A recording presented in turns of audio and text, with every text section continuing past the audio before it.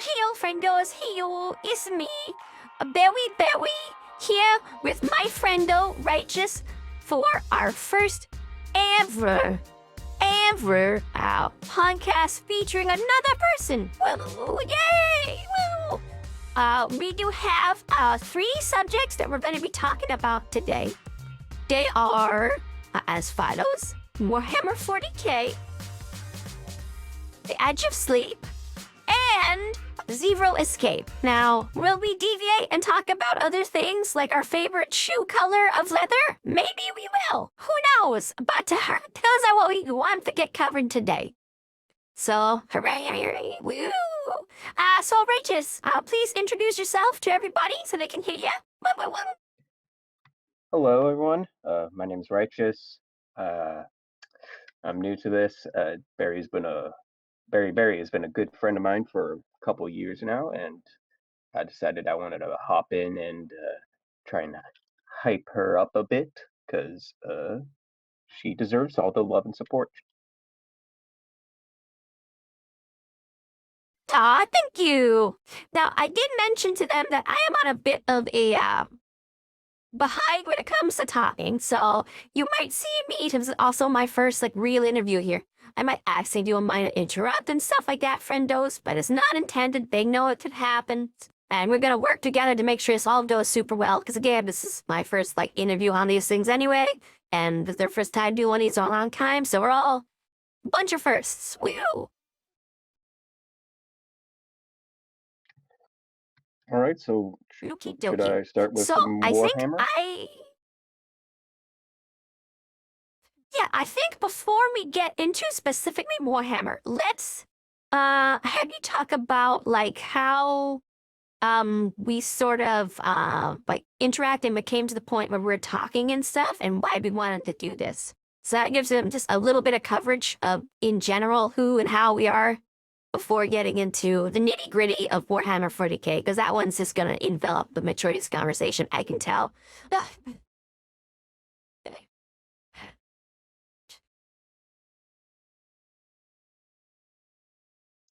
All right, so yeah, I mean, me and Barry were kind of founding members of the or not founding members. We were some of the first people in the Conspiracy Research Club OC project. Barry playing as Zarzamor and me playing as Spencer Klein. And for several years, we've just kind of interacted and talked, both in character and out of character. We made a few stories together, one of the big ones being the Earthbound Eternal arc, which was just a story based on Mystery Flesh Pit Park mixed with some other things, which was a lot of fun. And then when Barry started doing this sort of thing, she stepped away from the CRC community, but we've still been in contact all the time, talking a lot. So we're good friends, I'd say, at this point. Good friendos. I agree. So I think with that information, we are ready to get talking about Warhammer 40k. So I want to do a quick little tetra cover real quick before you get to start going into all the nitty-gritty details. I know we're going to get blown away into specifics and have a great time.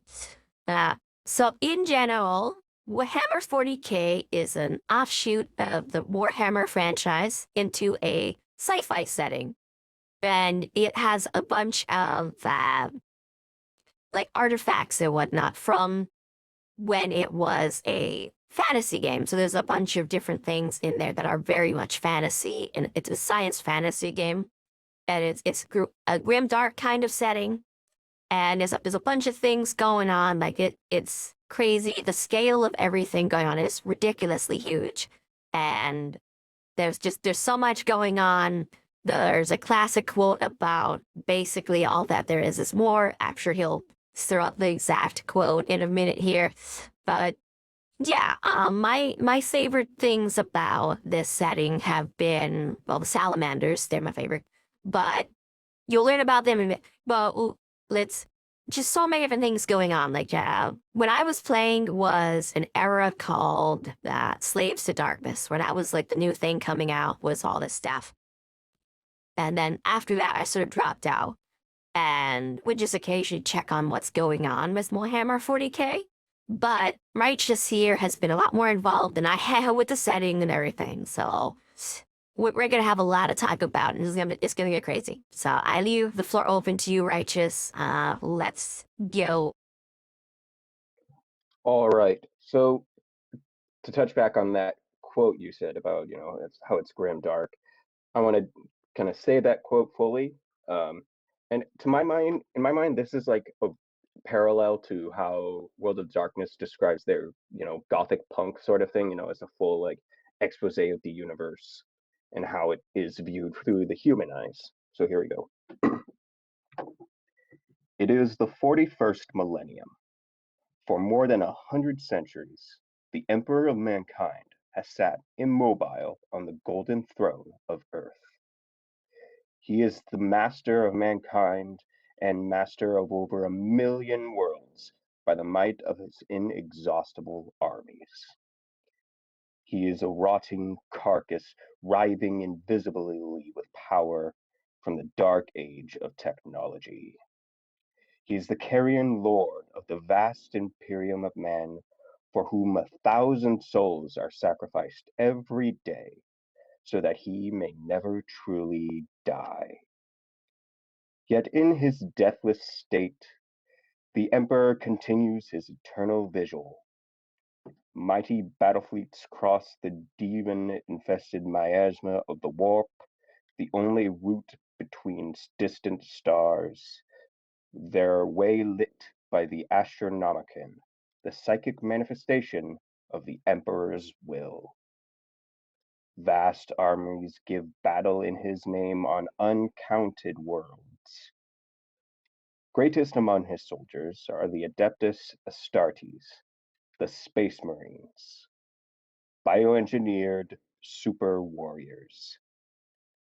Their comrades in arms are Legion, the Imperial Guard, the countless planetary defense forces, the ever-vigilant Inquisition, and the Tech Priest of Mars, just to name a few. But for all their multitude, they are barely enough to hold back the ever-present threat to humanity from aliens, heretics, mutants, and far, far worse. To be a man in such times is to be one in untold trillions. It is to live in the cruelest and most bloody regime in history. These are the tales of those times. Forget the power of technology and science, for so much has been forgotten, never to be relearned. Forget the promise of progress and understanding, for in the grim darkness of the far future there is only war. There is no peace among the stars, only an eternity of carnage and slaughter, and the laughter of thirsting gods.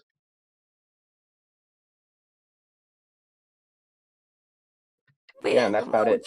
Yay! That's Warhammer 40k in a nutshell. That is such a good like summary there, and it gives us multiple points of where to start topics and discussion. So now, out of all those things, the few that stand out as great starting points, there's of course the Emperor of Mankind himself. There's the Adeptus Astartes. And then, of course, there are, like, what's going on with some of the specifics, like the Inquisition, who like spies, or, like the people of Mars and all their omnissiah craziness, all that sort of fun stuff. So, where would you like to start the conversation? Let's start with the Emperor, because, I mean, he is the real, he is the core of Warhammer 40k in terms of humanity. They're like the entirety of humanity revolves around him. So let's start with him. Now, the Emperor is a lot of things, but what he is mostly is we don't know what he is. He could be a weapon from an ancient race. He could be a culmination of psychic shamans into one soul. Or he could just be a dude with incredible psychic power. Or, he could be a god. We don't know. But what we do know is his life started I think around. my Yeah, go on. okay, so I think my favorite theory around the Emperor was with everything going on in his storyline and arc as you like read through the books and all that stuff. There are many parallels to biblical Satan. So I really liked the idea of that he was some sort of culmination of that idea as a living entity into existence and like the thought processes of something like that. And that somehow he like manifested all of the weird different feelings about that into one cohesive big. So there's a bunch of cool stuff about that. I really like that theory, but it gets a little crazy. You need a lot of lore to really go into it. But that was what I Yeah. liked about him a lot, especially when Malal existed, because there was this whole theory that when the Emperor died, he was going to become like a mega uber ultra god. So why aren't they letting him die?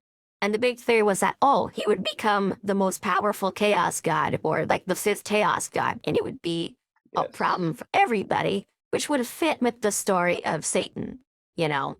So I really love that whole theory We and can, angle, and I just wanted to get it mentioned before we start yeah, we talking can all the get into other that super later. fun, cool ones. Uh, we're just going to start with what we know his beginnings are, or somewhat, which happened Yeah, around like yeah. I think about 1000 BC, I think, somewhere around then, where we know he comes into being around there because that's where a friend of his called Lanius Piers said to have met him, and Lanius Piers is in the lore like the oldest human alive, and he's around that age. So, and he's a perpetual, which is basically just an immortal human. Um, so is the emperor. But at that time, he tried being sort of this messiah figure. He in lore he is a lot of he supposedly was a lot of different religious figures. Some say he was like Moses. Some say he was Jesus Christ. Some say he could have been like uh, Noah or anything. He could have been any of those religious figures, Yeah. And even what's through so other. cool is all of that thing could have happened, missed him simultaneously, just because of the way he works and the sacredness of it all. Yes, hikers. Long and short of psychers is they tap into a parallel dimension of thoughts, feelings, and imagination. Uh, Usual, and that is another. There's a whole reason why the warp is seen as this dangerous sort of force, and that goes back millions of years ago, not just thousands, millions. Uh, the history, the Yeah, timeline we're of talking Warhammer like 40K. Necron level old. Yeah, the history of Warhammer 40K, the timeline is just a cluster, and I don't want to get into it too much. We're going to talk about humanity for right now. For now, let's just focus on humanity because that's something we can all really relate to, I think, a No, lot I want to more go than into just the the. political details of the Tyranid hive fleets. Yeah. Another stupid humanity. So yeah, for thousands of years, the emperor kind of just chilled. He wasn't really he did influence humanity, along with his other immortal friends, which yeah, his immortal friends were perpetuals like him, and they manipulated humanity in many ways, being either political figures or manipulating political figures to steer humanity to a certain path. But notably, he's around our time, the 21st century, he kind of stepped away as a figure because this is when he started to see religion as a problem, a real problem towards like the Crusades really fucked him up. He really hated the Crusades because that's what woke up a certain chaos god named Korn. Uh, and it really Which is influenced so funny what drove. because you could say it wouldn't have Yeah, happened without jihads that happened before them, but it's so just interesting. That was the final tipping point from like, okay, we had this point. Why didn't it stop? But yeah, so yeah, it's neat. and humanity at this point we were just starting, when we were just starting to reach out to the stars. Uh, I think around this time in the Warhammerverse, we started colonizing the moon and going to Mars. Uh, for a few Yeah, thousand that years, sounds that's right. I just think how that's what it we just was. evolved. Yeah, we just had started to go forward in terms of our technology. It all really made it the tipping point where we start getting into the science fiction levels of science of the crazy technology is the around the 16th millennium. That's when we started getting AI, or not AI. We started getting like warp tech, which is the ability to transport uh, our ships into the warp, which is I think the best analogy is it's like the Nether from Minecraft. It is hell, but also the more you travel farther in hell from the overworld. So you go a few thousand blocks in hell in the Nether, you go much farther in the overworld, and it's the same thing for the warp and the material world. And that's how we started really colonizing the galaxy, getting our and started conquering over. We didn't really conquer at that point. We were a lot more liberal and like, oh, these aliens, they're not so bad. They have different cultures than us, but at least they're not trying to kill us. And if they did try to kill us, we would kill them back, of course, because Yeah, our and then we technologies, encountered. yeah, our technology started to Yeah, get ridiculous. AI yeah. uh, in the 20th millennium started to really take a hold of us, and we got these things called STCs, or standard construct templates, uh, or standard template constructs. They basically held all of humanity's knowledge, like everything, even from history and not just technology, but history and culture and even entertainment from our age. Here, Like they're at. who knows? Uh, so yeah, they canonically they had they were watching Breaking Bad in space because they had that. The but Yeah. with this huge boom in technology, we started getting things like we had this. There was this one black hole gun that we had where we would just drop a black hole on a planet to destroy it because we didn't want orcs on it or something. Or we had the blood tide, which is this But we encounter swarm of orcs at that point? nanobots. Oh, of course, orcs were very much still a thing in throughout history. Like i- orcs are unkillable and they spread like fungi, so they're everywhere. And of course, we started once we started to colonize other Yeah. planets, we would interact with them. But given our technology level, they were more of like a pest. First, Like oh, yeah, they were we one of can get the rid of them. one of the first ones we encountered where it's like, you just gotta war with those guys. Can't do anything Yeah, we else. just well, not necessarily. We had robots to war for us. That's when we got our AIs to build stuff for us, and they would cleanse the planet of orcs completely. And but we can't. You can't get rid of orcs. They're like they are, even though the Tyranids are space cockroaches, the orcs are even more like space cockroaches because you can't kill them. There's no getting rid of orcs at all. Uh,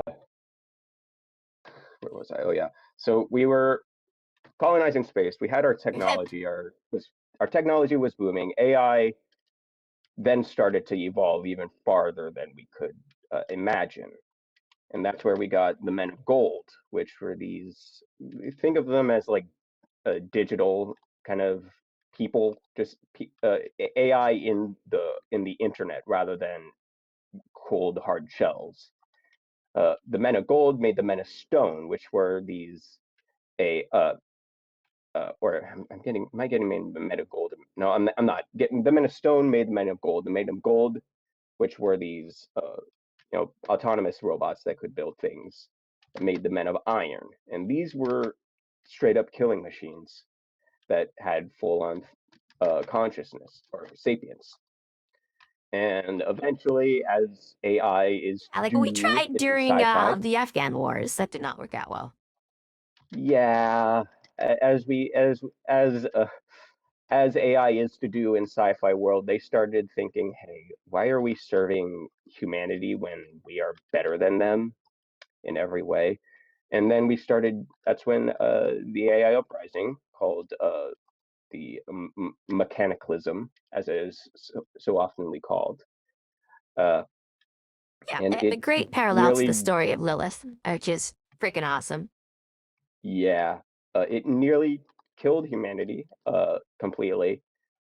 And did eventually, it was able to beat them back. And much like how in Dune, thinking machines is banned after the Great AI War. In Warhammer, it's the same thing. We are like, okay, yeah, no more AI ever. But as we were healing from that literal apocalypse, the Eldar decided to go into the debauchery and create Slanesh, the third Chaos God, and or the fourth Chaos God, and because of that, the Immaterium created a huge amount of warp storms, which made space travel And don't worry, Friendos, impossible. we will talk about what chaos gods are and stuff in a minute. That will get talked about. Yeah. So they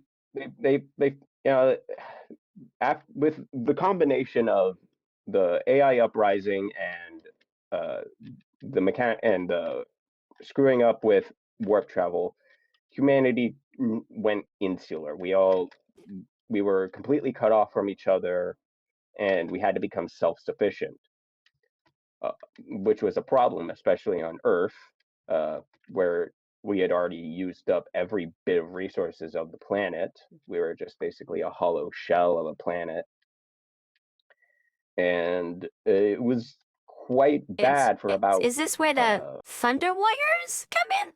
Yep, this is where we get into the techno barbarians, they were called, where we had this. It was full on Mad Max Yeah. war of we are in these radioactive desert plains of where everyone is either biological monsters with high-tech armor and all sorts of cultish activity as well. And that was for about 5,000 years. We were just kind of stuck in this sort of degradation where we lost all our technology, we lost all our culture, all our history. And from there, the Emperor of Mankind said, okay, you know what? I think this is my time. So he built the Thunder Warriors, greatest warriors of Terra, where he took Yeah. these hardy boys and augmented them to turn them into super warriors. Problem is, they were very unstable, like both physically and mentally, because he didn't mean them to be a permanent source. They were sort of like a blunt edge tool to just to stem the bleeding of Terra at the time. The Custodes, he made them at the same time as well, were are super warriors that are individual works of art. Like each one is a masterwork and completely unique and unreplicatable. Yeah, what I thought was And cool so, about the Custodes was that while everybody else was sort of temporary, like they were designed for a specific purpose to get done with. The Custodes, it basically existed so that after things were fixed up, they'd be able to make sure that that humanity stays humanity and like has their things together. It's sort of like their big like thing, whereas everyone else was just like defenders or warriors or you just temporarily fix this problem. But these guys are yeah. designed to be like So long-term solution. yeah, they were also meant to be his companions, his friends. The Emperor was very open with his custodies and would have them counsel him on decisions, both military and like morality. They were not just warriors; they're philosophers and politicians. Uh, I'm trying to remember a quote. They warriors who are a society that separates warriors from politicians will have it's wars done by idiots and it's thinking done by cowards. And that was Constantine Baldor, a the head, the captain general of the Custodies, the head of Custodies. Yeah. The, Yeah. Oof, Uh, awesome. so then this war However, of terror goes. Oh, this war of terror goes on. They conquer Terra, kill just a shit ton of people, like slaughter them, because the Thunder Warriors, they're meatheads. They only care about killing and fighting because it's bro stuff. Uh, and eventually Terra starts to, yeah,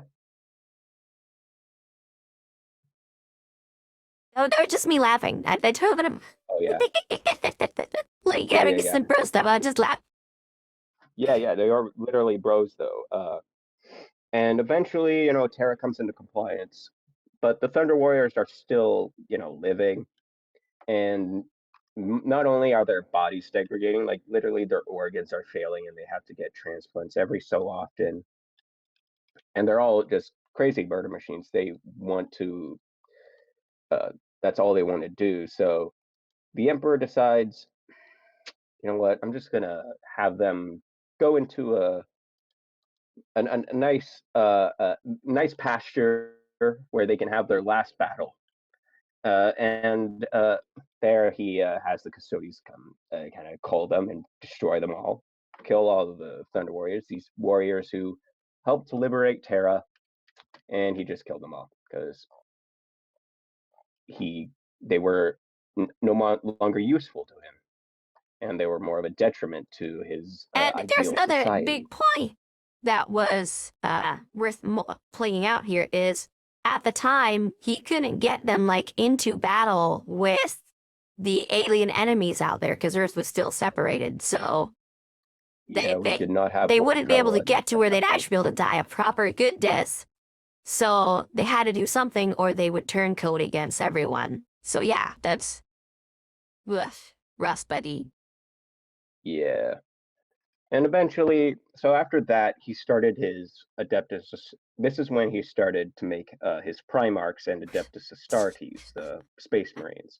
Now, the Primarchs Kids, baby are boys. his his sons. Like he took his own DNA and the DNA of his one of his longest companions, Erda, and combined them to make his actual sons. And or well, more of Yeah, test tube baby sons. He does have in the lore. He does have birth yeah, but sons that still, the he Emperor's did. gay and he has the best sons. Nah. Yes, well, Adding he actually slaves. Yeah, you did have babies, yeah. Which that was a whole problem too that happened with them and the people trying to kill his babies. I remember that. yeah. Uh, so Oof. we'll talk about the sensei another time. They're fringe lore. They like much like Malal. Both they both do exist, but we don't know anything about them other than yeah, they might exist. But the Primarchs we do know, and they were 20 children, gene crafted with his own DNA. Now, in their test tubes, he had them all sorts of wards to protect them from not just uh, humanity's enemies from within and without, but also from chaos. The chaos gods, uh, Korn, which is the god of blood, war, and violence, but also martial And prowess, honor. survival of the fittest, and honor. Uh, Nurgle, the god of decay, No, death, disease, despair, but also nature and the circle of life and new life. Zeech, the Family. god of deception, uh, planning, You. scheming, Zinch. You. magic, uh, and but also hope and change and that sort of thing. Then we have, and then Slanesh, the god of pleasure, excess, and torture. Uh, so he ward them off, but You. this is when the Chaos Gods, being them, Zeech in particular, being a masterful planner, manipulated Erda, the mother of the Primarchs. Not directly. He has many agents that he helps that manipulates things with for him in the Materium, and they made Erda find out about what would happen when what the Emperor had planned for the Primarchs, which was them to be just his generals, and have them go out and kill so many people, and just use them as tools to further his agenda of a perfect humanity, or his idea of a perfect humanity. Erda did not like that, so Yes. she removed the wards, and that caused the Primarchs to be tossed into the warp and spread throughout the galaxy.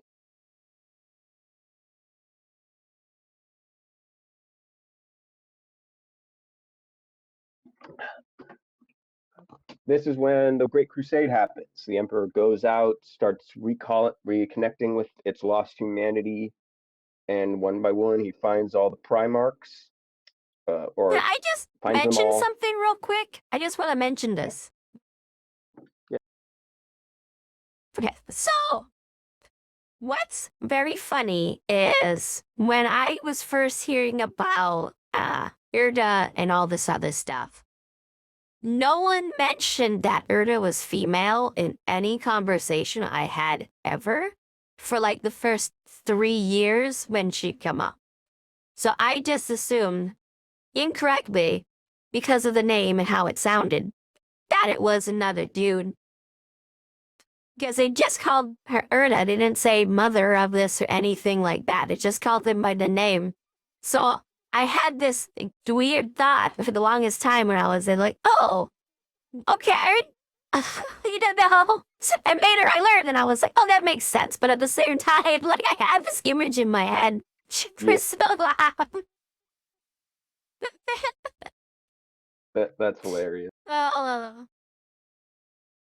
So he It's finds the fantasy. Primarchs. Like, go on. We got so much more to cover. Yeah. The Emperor finds Include the Best Boy. Primarchs. He finds the Primarchs. They start working for him. Eventually, the second and 11th Primarch uh, kind of become vanish under mysterious circumstances. We don't the the lore makers have made it purposely ambiguous about these two Primarchs. We don't know their names. We don't know what they did. We know that they've been redacted from Imperial records, and even the other Primarchs have been mind wiped to forget about them. And this is because mystery is always a good thing to have in your story, so people can talk about it, but also so people can make their own Primarchs. They can make their own AUs where the Primarch, and they have their own Primarchs. And another really fun thing about it is it leaves the spot open for, say, there's major cultural shifts and whatnot, and you run into a thing where this sort of new ideal or thought process is in the world, and you find it's not represented well or at all in your setting.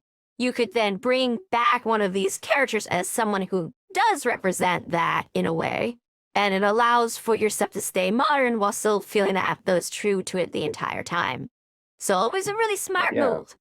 That's why I one say of that. my one of my friends who is into Warhammer has the idea that the one of the lost Primarchs, is this kind of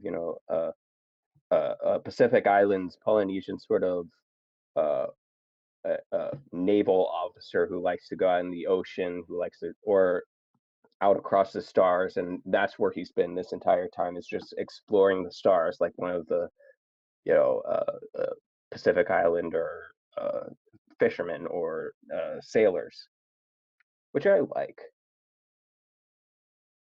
Yeah. And there's a whole lot of people in Polynesia, from like the Tonga to so many others. So it really makes sense, since we don't see them represented anywhere really, that there would be There, someone who does. And with how there much they is, traveled and everything, yeah, why not one of them as someone specifically focused on space travel? It makes sense. yeah, there is a group of space marines called the Carcharodon Astra, or the Space Sharks, and they have that kind of thing. You know, they like to tattoo The giant shark spiral. is cool. Yeah, they like the like they have a lot of these, like, you know, the Yeah. spirals of Polynesia. Their names are kind of like that. And there's Kahu, Tekahrangi, uh, that sort of. They have Yeah, that sort of but if I remember feeling, right but with their lore, I think, are they a successor legion? Or they a are a attempt at a successor. successor legion, if I remember right? They are Yeah. technically, but we So don't know. that term we We haven't got don't to yet, know but their we, their lord is known as the yeah, Forgotten One. They don't know their gene sire. It's theorized it's Corvus Corax, but we don't know, and yeah. we really don't know. So it could Well, be, what's it could also actually not really be. funny is the the big theory I heard from people piecing together book-based lore, and I haven't read the Warhammer 40K books, but I've heard people talk about them a lot, is that someone who had the salamander gene seed from the leftover stock worked with Corvus's people to build this new thing, and that's what they got instead of what they were trying to get. So there's a lot of Yeah, theory about I've heard that that. seems to match up, but don't know for sure. Don't know. I Even though, like, in terms of the books, there is over 600 books, and I've only read about 50 of them. So like I don't have a I'm not as lore headed as many people. I have a good sense of the lore, but even then, there's just so much that it is nearly Yeah, impossible to have the it's so entire much, and story it's in your so head. fun to talk about and see what Oh, and people this is why have come together and pieced together from these little mysteries. So fun. I say that one of my favorite things is that I don't think there are spoilers in Warhammer. I mean, in terms of the books, uh, it's all about, there's no sequential reading order. You're supposed to read them just bit by bit, piece by piece at random. I mean, you have your lines, you know, the Horus Heresy, Soul Drinker, you have different Yeah. storylines, but What's at the end of the I day, want to pop in for a second. So for me, when I was looking at it, the way people treat it was sort of like reading history. It doesn't matter where you start as long as you do. And that's like what was really cool about it. People treated the Warhammer books to me as like, whoa, that's fun. Yeah. yeah, yeah. So after the loss of the two Primarchs, this is when the first son found, or quote unquote first son found, Horus Lupercal, there was a bit of a problem with him. Mainly, another Primarch, Lorgar, got uh, shamed by the Emperor, and he started to resent him. So he Lorgar turned to the forces of Oh, can we darkness. talk about his shame real quick? Yeah, the so what happened was Lorgar is what we call in the business a choir boy. He is very religious mindset. He he has a sort of faith is everything to him. He sees the universe as faith, and that's just his paradigm. That's how he sees things. And the emperor never liked that, and so when Lorgar created a city called Monarchia, which he basically was his Jerusalem. The emperor came in and told another Primarch, Rubute Gilman, to burn it down. So so that's what he did. He burned down Yes, this take girly city man. and all its citizens, and Lorgar was upset and tried to say that to the emperor, and the emperor said, "No, you're listening to me." And he, using his psychic will, made him and all of the word bearers, legionaries, bow to him. And that's when he said, "Yeah, look, no religion ever. Stop this." And that made Lorgar extraordinarily upset. And this is when the 3 times bastard Erebus started whispering in his ear, saying, the emperor it may be a god, but he's yeah yeah That was his laughter again. yeah, I know. It sounds weird to me through the headphones. But the Erebus Oh, I bet started it to whisper does. in his ears. The emperor so the Erebus started to whisper in his ear, saying, "Yeah, the emperor may be a god, but he doesn't deserve. If he doesn't want your worship, he doesn't deserve it. There are gods who want your worship, and they will reward you for it." And this is when Lorgar said, "Oh, interesting," and he started listening, and he became a chaos choir boy, and he started to manipulate other Primarchs to follow these things, such as Horus Lupercal, who he Yo, Horace, you wanna follow some guy named Corn? He likes blood. Yo, white. he started to manipulate him, made sure some things, some events happened where he was stabbed by this weapon that kind of put him into a psychic coma, where he went into the warp and he was shown a vision of basically for Warhammer 40K, what would happen, the Emperor being worshipped as a religious god, that he was a hypocrite, he was a liar, started, just feeding him bullshit. And eventually Horus decided, you know what, you're right, I should be Emperor. Let's kill the Emperor. And that's when the Horus heresy started. The big the big bad the And big that's thing. around 30K, right? That's about 30K when it happened. And for 7 years, there was, or 9 years, I can't remember exactly. I haven't read the full Horus Heresy yet. But it's a 60-book series of many, many, many, many events that I don't want to get into. But so we'll just say that half the Yeah, Primarchs sided with my Horus. favorite boys, the Salamanders, who were the Dragon Warriors back then. They went through some stuff. Let's just say that. Yeah, they did. So basically, half of the Primarchs sided with Horus, half the Primarchs sided with the Emperor, and eventually it culminated in the invasion of Holy Terra, where Horus and all of his bad guys, including the corrupted Primarchs who became demon princes, which is basically the process of a person getting their soul sucked out and having their being infused with a ton of warp energy, turning them into demon human hybrids. This battle It's a went on for a wonkadoodle, but while. fun. Yeah. Oh. Yeah. Oh, I do got something I want to say about this whole little era thing. So they didn't really understand what Demon Prince was at the time, either what was going on with that. So they made those decisions without truly understanding it. And yeah, so basically, if you've looked at the lore and read the things, you've seen a chaos spawn. It's a weird image, weird creature. But that and a Demon Prince are basically just two sides of the same coin. So that wasn't understood when they made those decisions.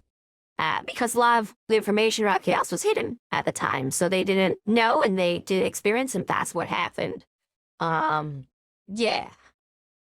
And there's a lot more, but I just want to give that point out there. Like, it was I don't really understand, but okie dokie sort of thing. Yeah. Yeah.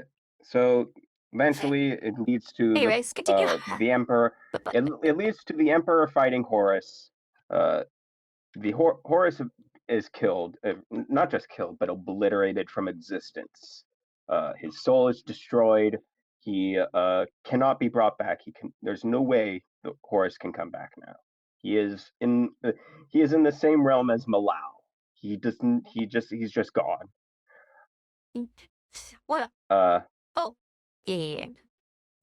the Emperor, however, is mortally wounded, and to keep him alive, he is put on life support on the Golden Throne, or basically the Astronomicon, and he just is sat there holding back the tide of chaos, holding back chaos, and providing the psychic will for the Astronomicon, which is just a lighthouse for the warp. And then that's when 40K really starts. That's where we start getting the religious fervor. That's where we start getting the Inquisition. That's where we start To where the that's where the second founding degradation. happens, all that, yeah. Yeah. Eventually though, all the Primarchs go missing or die, or the loyals Primarchs, that is, go missing or die. What And combinations thereof? yeah, combinations, and eventually for just 10,000 years humanity is on the back foot. We're surviving. There's no way for expansion or growth or any of that. There is only room for survival. And that's pretty much like Warhammer Yeah. now in the 41st millennium is a bit better than it was. There was a event called the breaking of the breaking of Cadia, which a planet called Cadia, which was a linchpin in holding back the forces of chaos, was destroyed, like quite literally broken apart, and that caused this huge warp storm to rip the galaxy in half. This thing being called Oh, the Malleus. then the breaking of Cadia was so cool. I gotta step in for a second about that. What makes that amazing is when you read up about it, you find out that the people fighting on Cadia and stuff, the Cadians themselves, are fighting, and sometimes they get extracted during this big, insane battle, and they're just like, okay, just patch me up, give me some ammo, and send me back. As their planet's even exploding, they have people like landing back on the planet to keep attacking the enemy. And Yeah. the planet broke before the people of Cadia did. Like, they still wanted to get back in there and fight, even after it was gone, and other people had to drag them away. Yeah. Isn't, like, they are intense.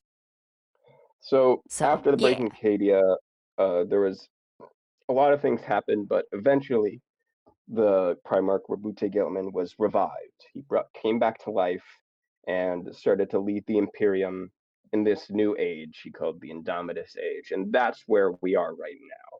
We have a few things going on. Another Primarch, the Yeah. Lionel Johnson, has come back. Rabute, Dirty Man Gerleman, yes. is doing some good stuff. There's the whole thing of him and the Eldar lady, and like all the memes that have happened because they help each other out, and all this other stuff Yeah, is great. it's all good, but it's still much It's a sunshine fun and time to be rainbows. a fan. Yeah, there's still a lot of things. Yeah, yo. We have the Tyranids. The Necrons have come back, like they've fully awakened, and they're trying to kill chaos and uh, the Tyranids by turning the entire galaxy into a null zone, like a pariah zone where it's completely cut off. But that would also cause humanity and any soul having uh, life form to Yeah, die. but they're So also being silly we about how can't. they're doing it, which is amazing. Like, they're Yeah, the funniest guys. I do love they're them. silly guys. They're like, man, we I could just get rid of everything bad in the galaxy and blow up all these stars with like the click of a button, but math. No, Yeah, that's happy. I if you haven't, if anyone who's listening to this, if you want to start learning about Warhammer, I do recommend reading The Infinite and Divine by Robert Rath. It is a great stepway, not into humanity necessarily, but into Warhammer as a setting itself. It does a great job explaining how these these factions work and how the world feels.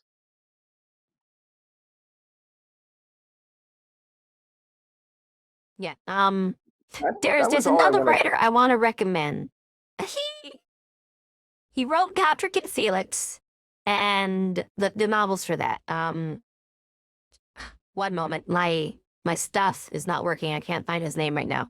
But this writer has a great way of writing where you experience the setting and the characters like from their perspective, but it does expand out to where you can learn more, but you're still in this narrow focus. So if you want to sort of have those sorts of opinions and feelings, I would say check out novels by William King in the setting. So my buddy Righteous should just recommend it. It's a great place to start, but then check out one or two by William King that sound fun, and you'll have a really cool perspective of where you want to go from there. But yeah, if you're really interested in the lore and the books, which I think is great, even if you don't care about the miniatures game or any of the computer games and stuff, the books are interesting things, and the setting is fun to check out. You can really get lost in it. Yeah, yeah. Yeah, And that's all I really had for yeah, Warhammer. yeah. I wanted just to talk Yeah. about humanity. Well, I do want to talk about a little bit of things. So, my favorite Legion, there's, the Space Marines and whatnot. My favorite one has always been the Salamanders, who are green. They were green armor. But what's really cool is they had their Primarch disappear and almost die and then come back again like a few times. Yeah, And Primarch Vulcan. after one of those things happened, yeah, Vulcan's amazing. I love him. When he returned to his people, they were expecting him to lord over them and stuff and be like a total douchebag. That's what they were sort of expecting at the time because that's what other returned Primarchs had done. But instead, he like bowed down and kneeled before his people and like offered this really cool speech, basically thanking them for their service and for all the humans that they've saved and everything over the time. And so the Legion, which was called the Dragon Warriors back then, they all knelt back towards him and accepted him as their Primarch, changed their name, iconography, and everything to the Salamanders, which was representative of when Vulcan returned to the Emperor, because he had faced he faced the Emperor in battle as like a giant salamander thing and whatnot to defend his people, and there's this whole crazy thing. But basically, the whole reason they're called the Salamanders and everything is in reference and deference to him and his, actual defense and caring about humanity and everything he went through. So they're super cool. Yeah, Just even their name and why it's what it is cool. And yeah, I love them. yeah, they are. They're also probably the largest Space Marines. I think they are just generally more beefy than the other ones. And Vulcan is the largest, Yeah, like until of the the Primarchs. Primaris He started, is, they are. yeah. But even like the Primaris salamanders are huge. Uh, Yes. Getting on to like more about them, they are some of the nicest Space Marines. They genuinely care about the people of the common people of humanity of the Imperium, and they will genuinely sacrifice their life for that, even though most Space Marines would say, yeah, the mission is more important than the people. The Yeah. Salamanders do not believe that. Then that. Yeah. Oh, I want to talk about something, an interesting concept. So there's an alien race in Warhammer 40K called Orcs, ORK. And they are the most powerful psychers in the galaxy, but they don't seem it at first glance. However, there's this fun concept in 40K and in normal Warhammer as well, called Orc Color Theory. And it's amazing And when you look at it and apply it to different things within 40K, you find out that in general, it holds true. And it could just be because the orcs believe it so much and have existed for so long. Just ain't cool. So when we look at the colors, they had this fun thing like it's a red ones go faster. Gold is the color, yellow is the color of nobility and leadership and, all that stuff. And then purple is the sneaky color, which is hilarious. And you have blue is lucky and green is best. And there's like 2 or 3 other colors that they have these different things for. But when you go looking into the setting itself, like you look at different factions and their sub-faction within each other, when you look at the colors, this generally matches up.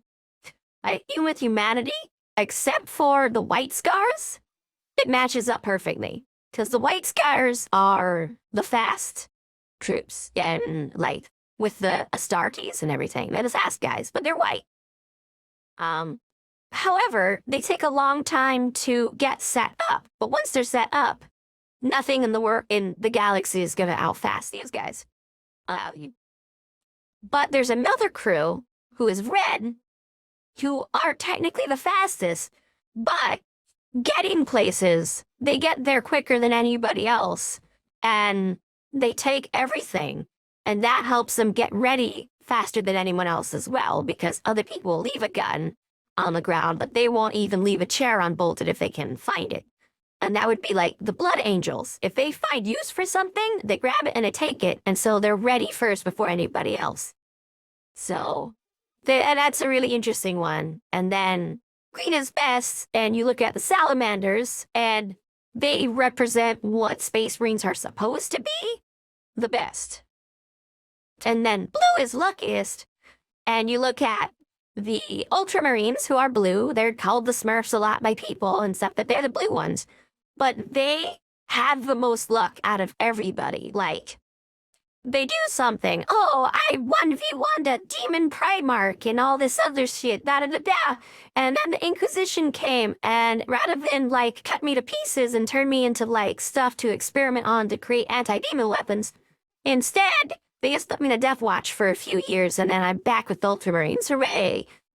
Like, they get off, like, luckily, like, scot-free on things all the time when they shouldn't.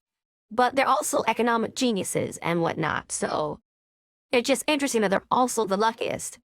And you see all this stuff with the colors. You go looking into it, the different races and factions in the setting. Overall, orc color theory holds true, and it's hilarious. Yeah. Yeah, they're all So, cool. yeah, it's so cool. You want to move on to the Yeah. next? I love that. It's super fun. Yeah, it's super fun.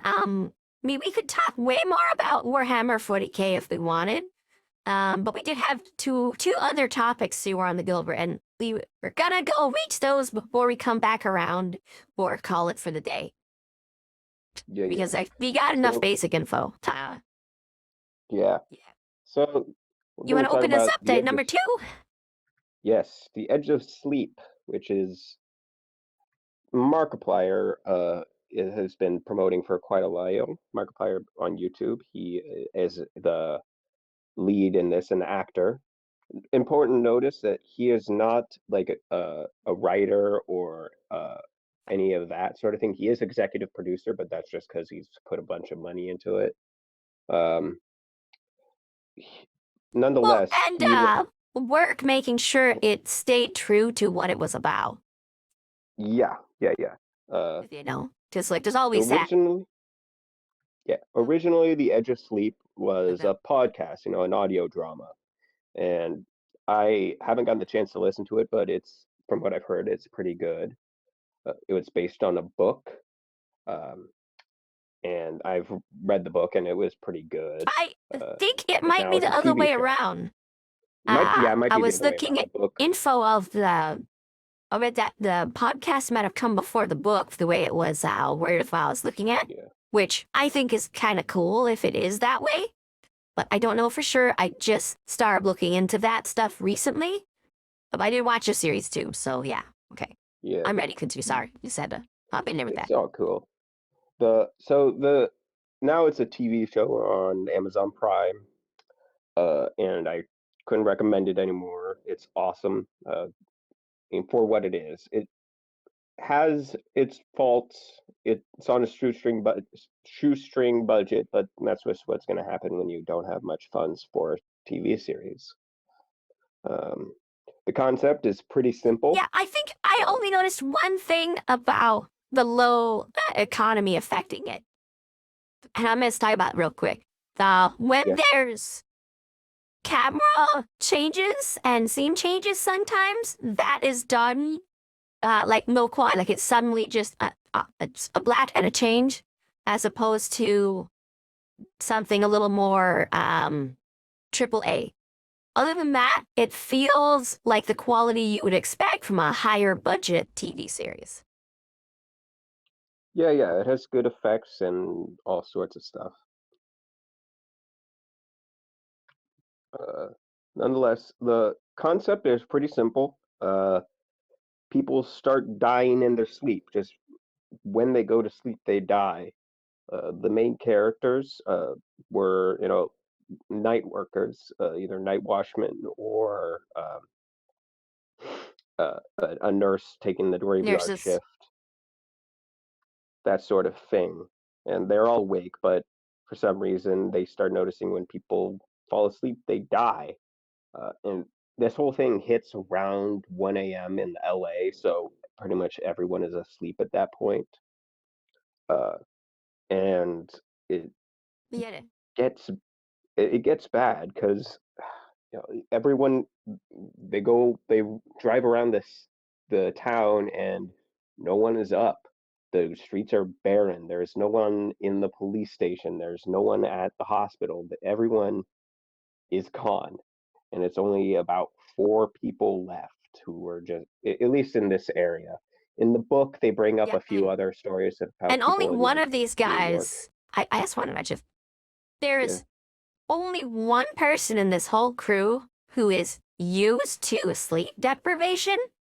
Even the military guy was part of like drone operations, so he's not used to the kind of sleep deprivation that other military professionals are. Like my dad has gone like several times in a row with 88 hours awake, you know, just for different missions he was out there doing. And that included like while repairing airplanes and doing all this other stuff.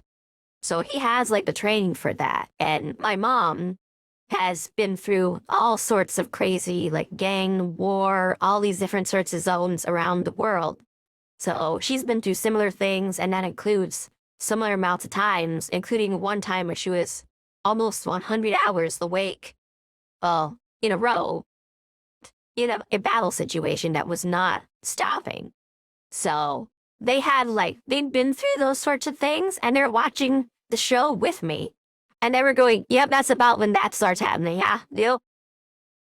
Yeah, it should actually be a lot worse by then. But it was really interesting getting to watch a show about night sleep deprivation with people who've been through it to such a point where they're like, yeah, I've been physically affected by the amount of sleep deprivation I went through to where it has, altered my body and even my ability to sleep and stuff over the years. And of course, BAs and stuff did nothing to help. But they pursue that, and they were watching the drone guy. He started freaking out and stuff. And like, yeah, so that happened like the first time. It's that you right there with the hands across the thing and screaming. Or when he bites himself, my dad was like, did this nod of his head, like, like, been there. And it's that bubble. So they did a really good job. yeah, it is. If Oh you my like god. psychological horror, if you like psychological horror, The Edge of Sleep does get that psychological sense of sleep deprivation very well. It brings in that sort of the hallucinations, uh, the micro sleeping, the altered sense of reality, and physical and mental pain you that goes through you. when you don't sleep for 70 hours or more. Yeah. Uh, Yes. and Yeah. Exactly. It was good. It was really good. it also gets into some more cosmic horror sorts of senses, which was I really liked. Uh, I'll talk a bit about that, but with the concept on, let's get into the story. Uh, David, our main character, suffers from chronic nightmares. All his life, he's just anytime he goes to sleep, he has horrible nightmares that cause him, night terrors or sleep or like Yeah. awaking, sleepwalking, uh, and it affected him as a child and him now. He still has these horrible nightmares, but they're all surrounded like kind of two things that surround it, which is this sort of fucked up elephant that is just like a horror elephant sort of mask thing, and then the dream people, which are these guys who are like in uh have these stone masks and pointy hats that watch him. And they've kind of followed him. Those two things have followed him in all his nightmares.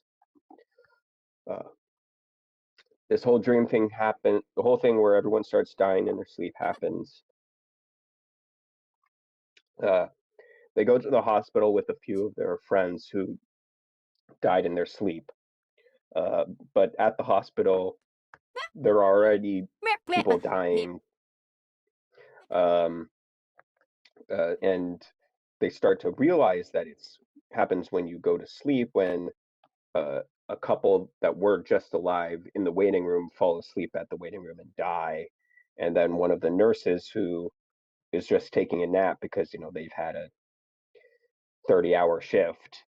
They're going to taking a nap and they die. Yeah. So after figuring out, oh, it's the sleep, Uh, they kind of have a my mom wanted to say had something to say about that scene. She was like, yeah, really. 10 minute nap. No, you need at least a 20, 30 minute for your body to be affected by it.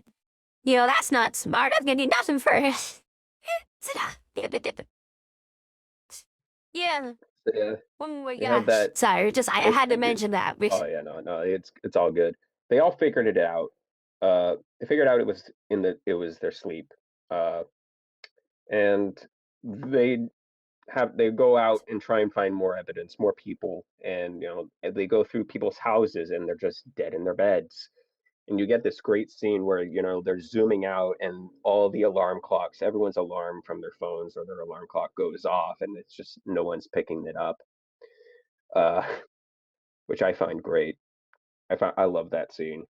Uh, then they start trying Yeah. to contact their friends and family through, and some of them, David, the main character, gets in contact with his girlfriend, who they're on a break because he freaked her out during one of his nightmares. Uh, and she is about to go to bed because Flynn she's refused to also, admit it. Like, yeah. yeah. Uh, Eventually, he decides to run for like 4 miles straight just to get to her before she goes to bed. And that's when the other two people, Mateo and the nurse, go to a radio station and broadcast, "Hey, don't go to sleep. You're gonna fucking die. Everyone else is dead." Um, they all return Yeah. to the hospital and do some sort of autopsy sort of thing.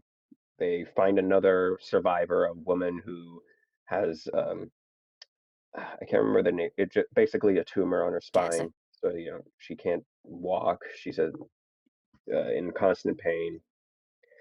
Um, uh, and after an autopsy, they find on the the frontal lobe of the patient that they uh, autopsied is a triangle just on it burnt in the brain, Yeah. which that was sort of Yeah. freaky, and it creeped David out because the triangle is the Yeah, it was shape that very witchcrafty, if anyone's yeah, familiar with it. it freaked David out because it because the triangle was a part of his dreams for a long time. It's been a part of his dreams. And during a nightmare, he carved a triangle on his chest with broken glass. And when he reveals this to everyone, the other characters are like, "What the fuck, dude? Are you part of this?" And he's like, "No, but I do know that we could It's let's like, try and figure this out." well, it was funny at first. He was like, maybe, and then it was no. Yeah, yeah, I don't know. Uh, Yeah, and they find out that it happens just a couple minutes after you fall asleep. So David, being somewhat connected to this somehow, he doesn't know how yet, but he's somewhat connected, and he knows dreams more than anybody there. So he decides to try and go to sleep and have them wake him up 2 minutes after he falls asleep. In the dream, kind of learns some things. Uh, he learns that he needs to go to Asteria, some island in Greece, which is the state where there he will be safe. Now, mind you, they're in LA, so and they've already all been awake for uh, more than like 50 hours at this point, so they have to go there now. Uh, they yeah, start the way yeah, going there. it's a big deal at that point. Yeah, they take some uppers to try and keep them awake, but look, every time whenever you take an upper, even like coffee and stuff, you're gonna crash eventually, and that's when things get dangerous because your crashing can just F you up in terms of needing to sleep, even more than staying awake with nothing else. They hijack a plane. They steal a plane, Yeah, like that's a private jet, uh, and they start flying yeah, there. like well, I'm the subject of the uppers and stuff. My dad remembered specifically that they had essentially something that was like somewhere between cocaine and heroin that they had in their supplies and whatnot for if they got cut off and needed to stay awake because of the area they were in was very dangerous.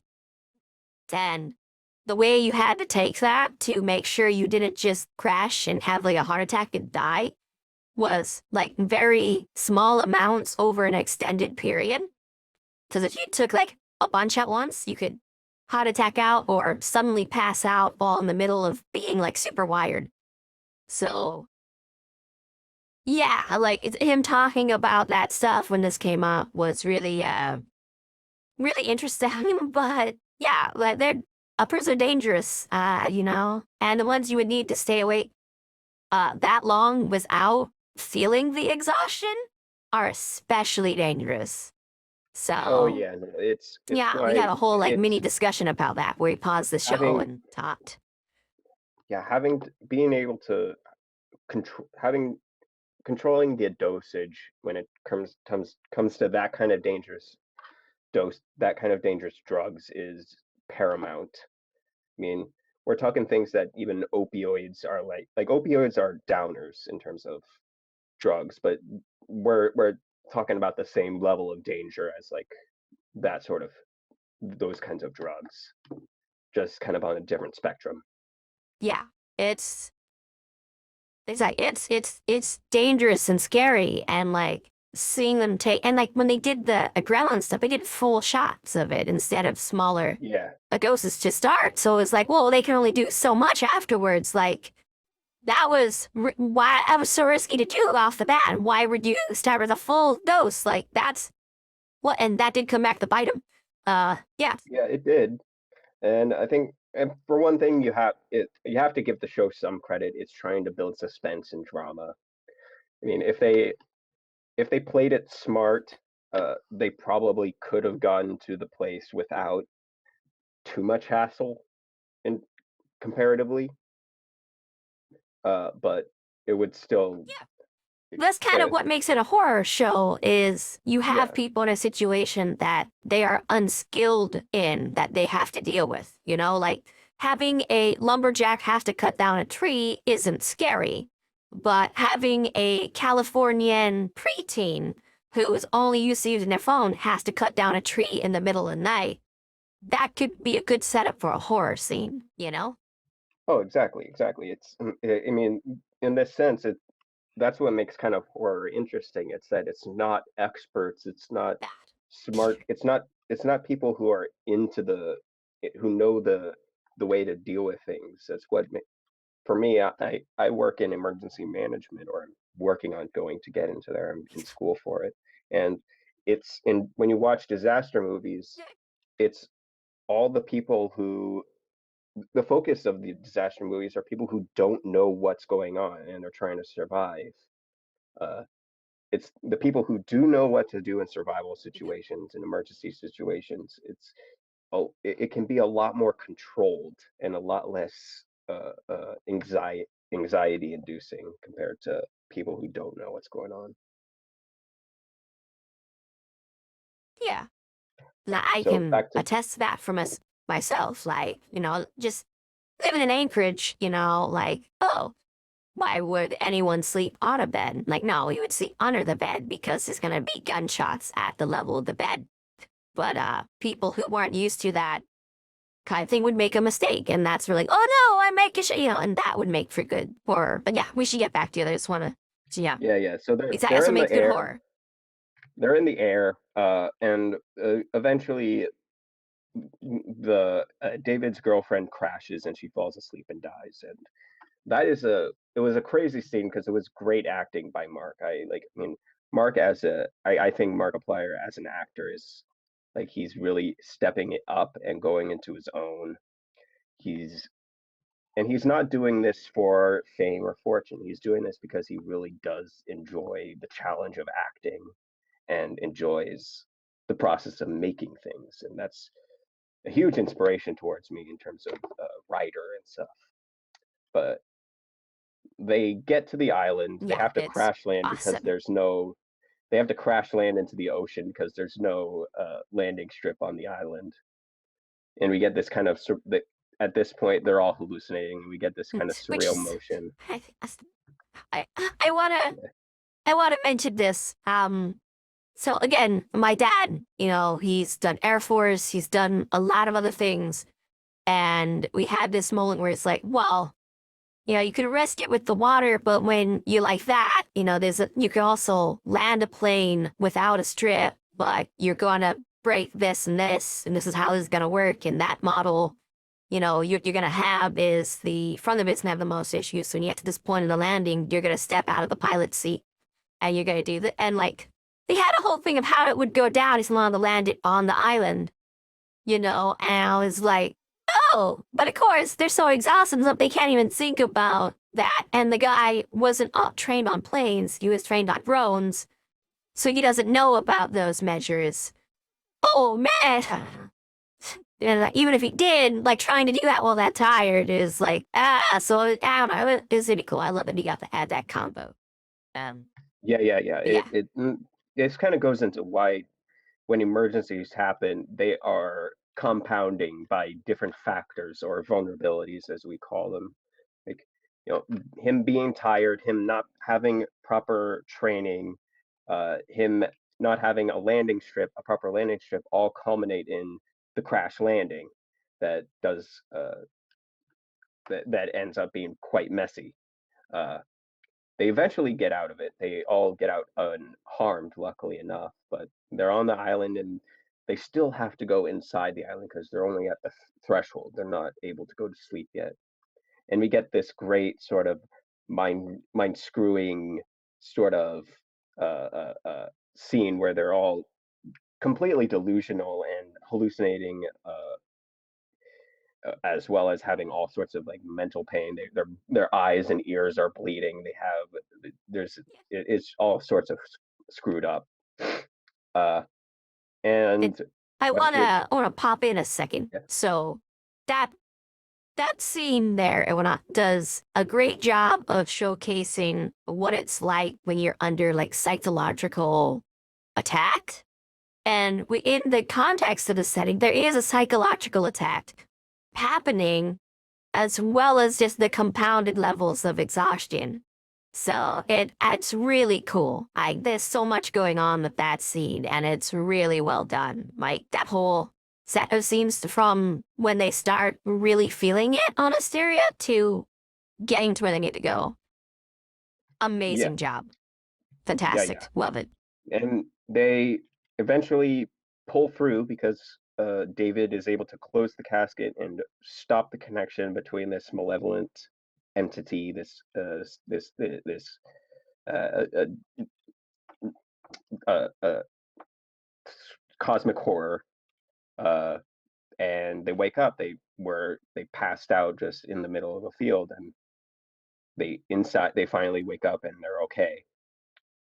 While in the in this area, this temple of sleep guardians, so to say, there are a few other survivors, people who either like Mark were uh, already connected to the dream people, or who might have heard it word of mouth. We don't know. They don't really explain it either in the book or in the podcast or in the TV show.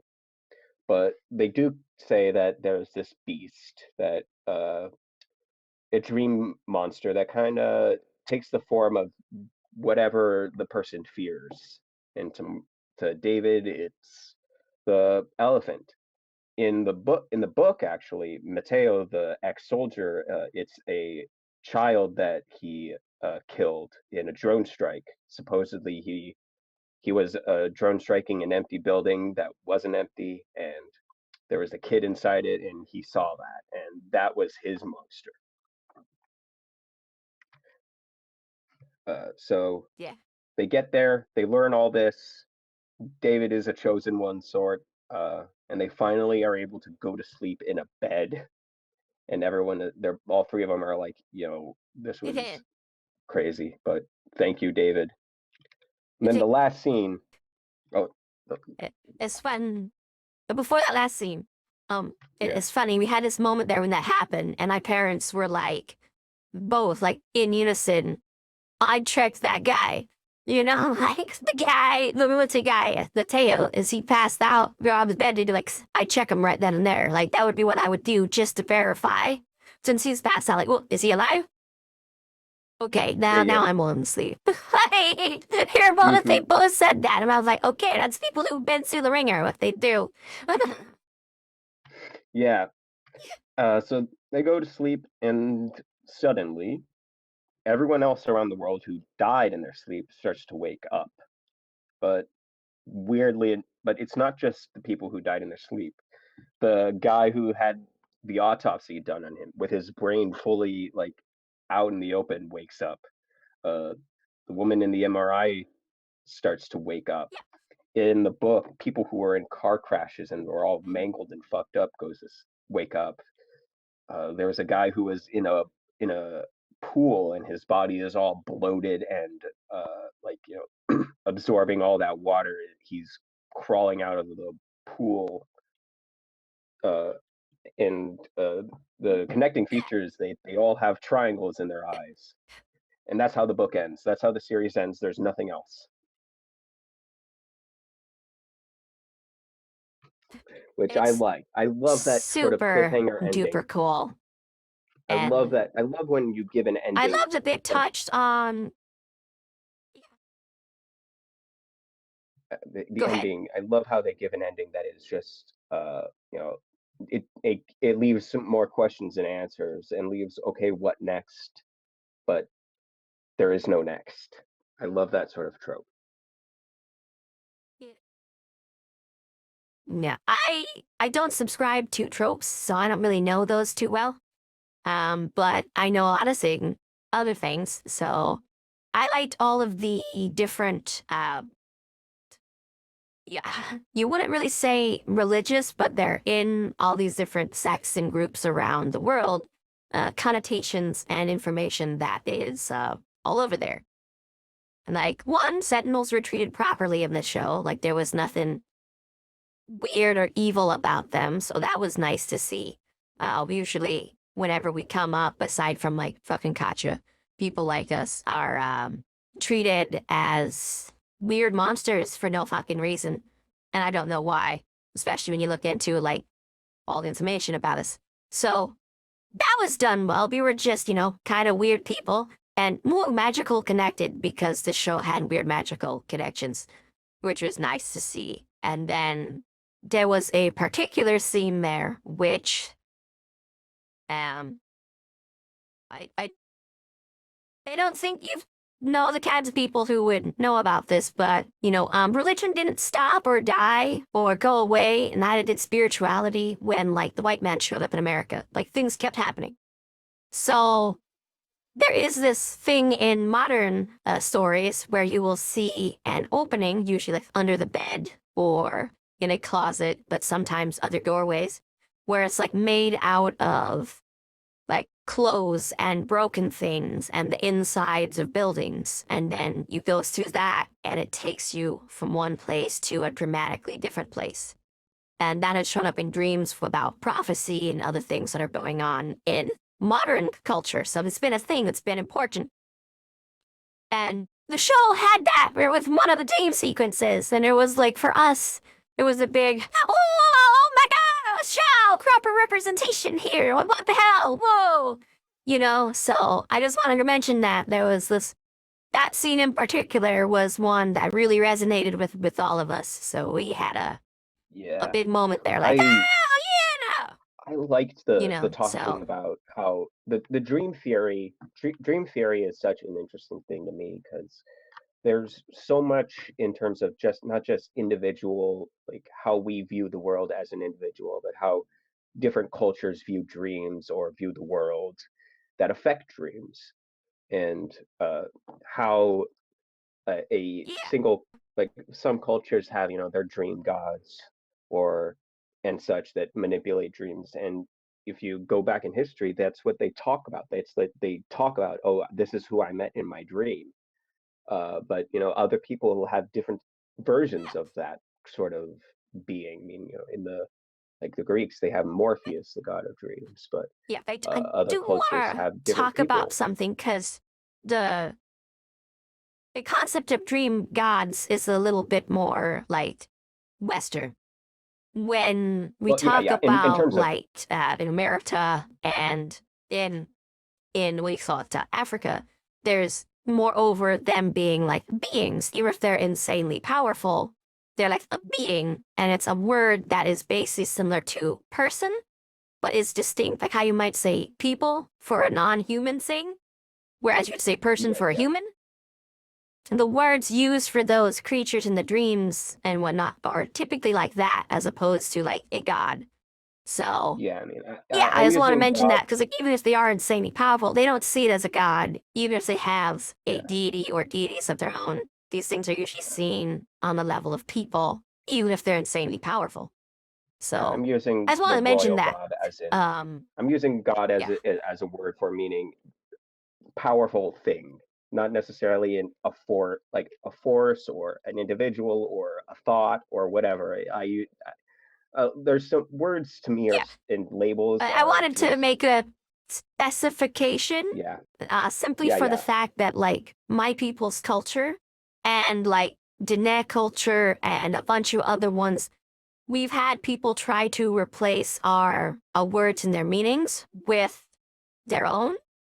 Like a big problem hmm we see, especially when you talk about Diné culture, is like there's this thing where where like Christianity and the Diné people's like culture has a lot of things in common that like work together. But the people who were Christian who came in and moved them and did all this horrible stuff to them, you know, tried to throw things onto the culture that aren't part of it. Like we would talk about the Spider Woman and all these other people, and they were treated as people who aren't human. Like yeah the closest word in they English would be like a spirit, but the way other people would call it is they would call it gods to sort of make us look like savages and barbarians and like we didn't know what we were doing and it was okay to kill us. So yeah that's why I wanted to and specify there, like with that word, just for history's sake. yeah I totally agree. Um, what else about yeah just sleep? wanted to say I completely recommend watch if anyone else wants to have who hasn't seen it. I really recommend watching it. It's great. Um, Mark himself Oh yeah, is watch the show. watch It's watch. really Yes, good. The writing's good. The everything is good. The acting's good. They said there's just a few yeah, things with some camera stuff that seems a little underdeveloped, but that's basically it. yeah, and I mean it's really short, 6 episodes. You can binge it in one day, real easy. It's what I did. Um, Share it with everyone. This is Yet. like Oh, did you this is have any like combat vets or whatnot who you know and you want to share something with them that you think might not be too far, but would get them talking about their experience in a way where you can talk with them? Maybe ask them if they'd be interested in watching The Edge of Sleep and tell them what it's about. If they might yeah, join you, and as they do, you might learn a lot. It's like I certainly did with my parents. We had a lot of conversations. It was great. yeah.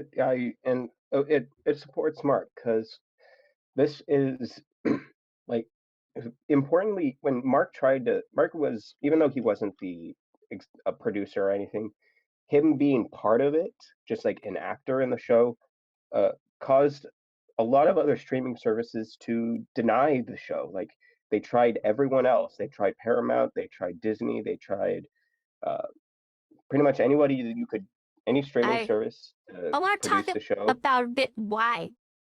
Yeah, So yeah, go on. But they there's denied it. this thing with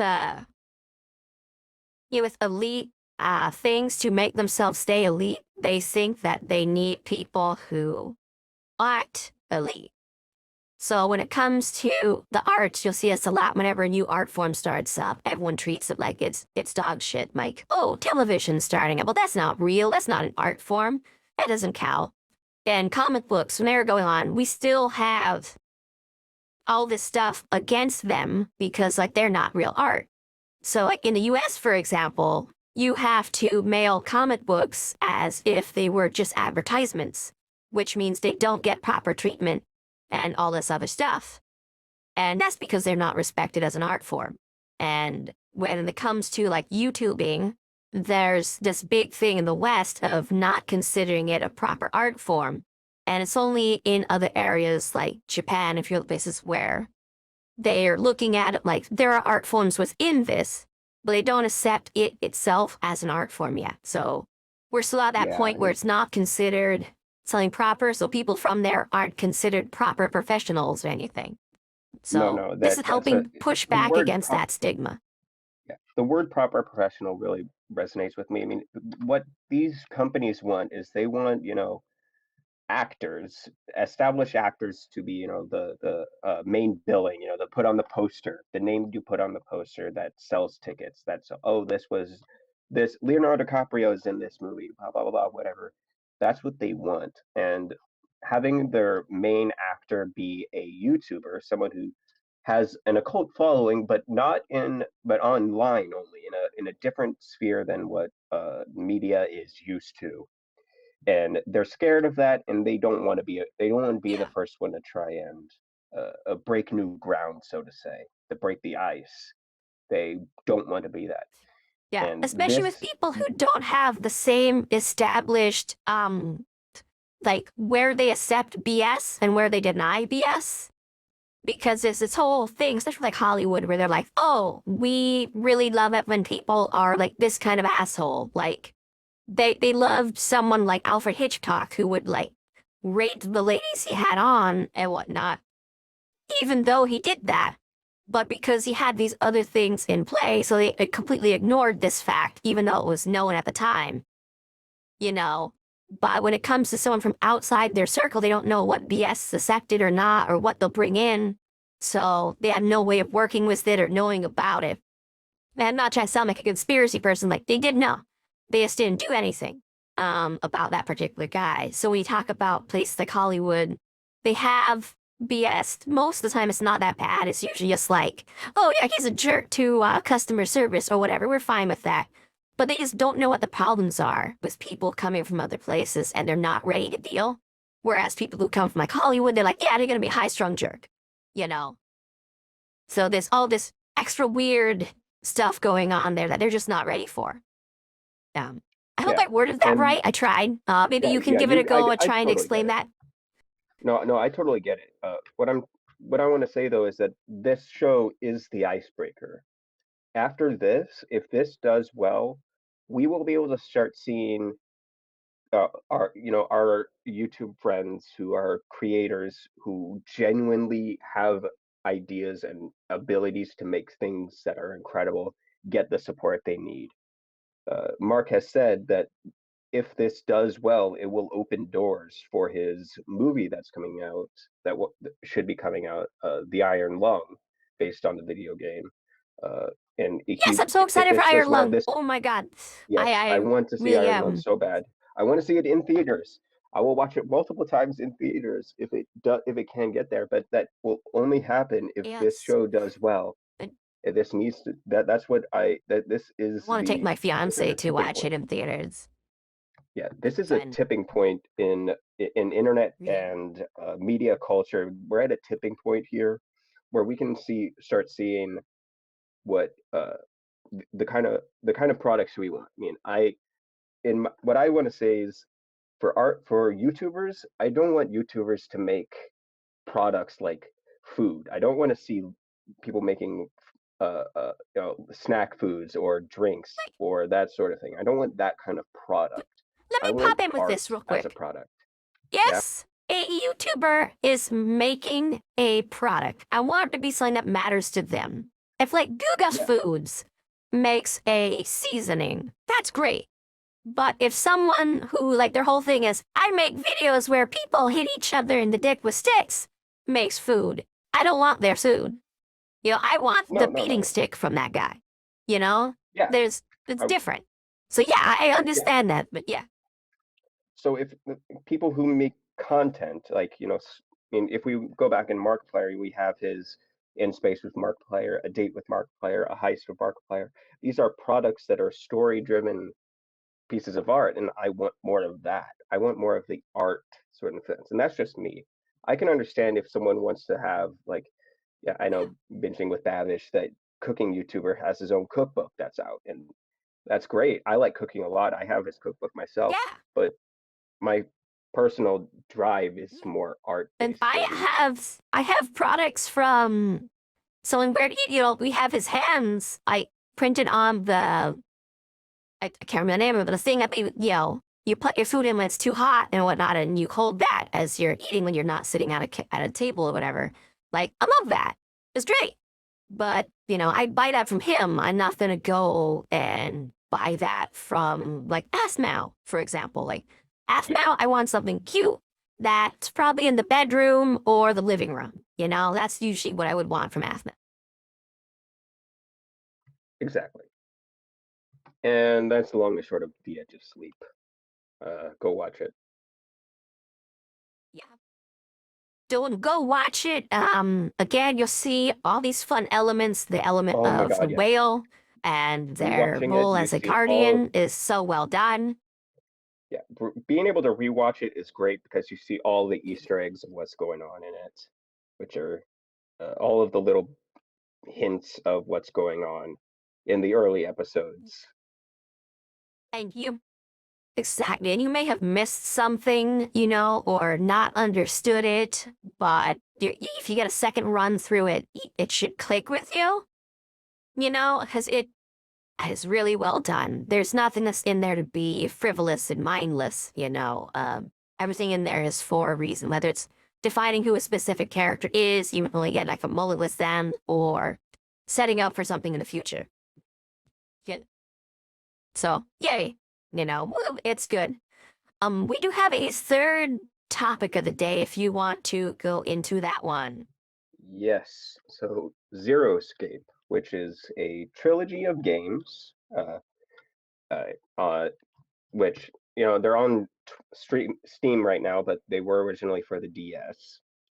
Starting with 9 persons, 9 hours, 9 doors, uh, then Zero Escape, Zero Time Dilemma, and then Zero Escape, Virtue's Last Reward, Virtue's Last Reward, and then Zero Time Dilemma. And it kind of there are a set of puzzle Eh, games, mainly escape rooms is there. That's the main selling point is the escape rooms sort of games where you're going, you click on different parts of the room, pick up different things, put puzzle pieces together, and the narrative builds off of that.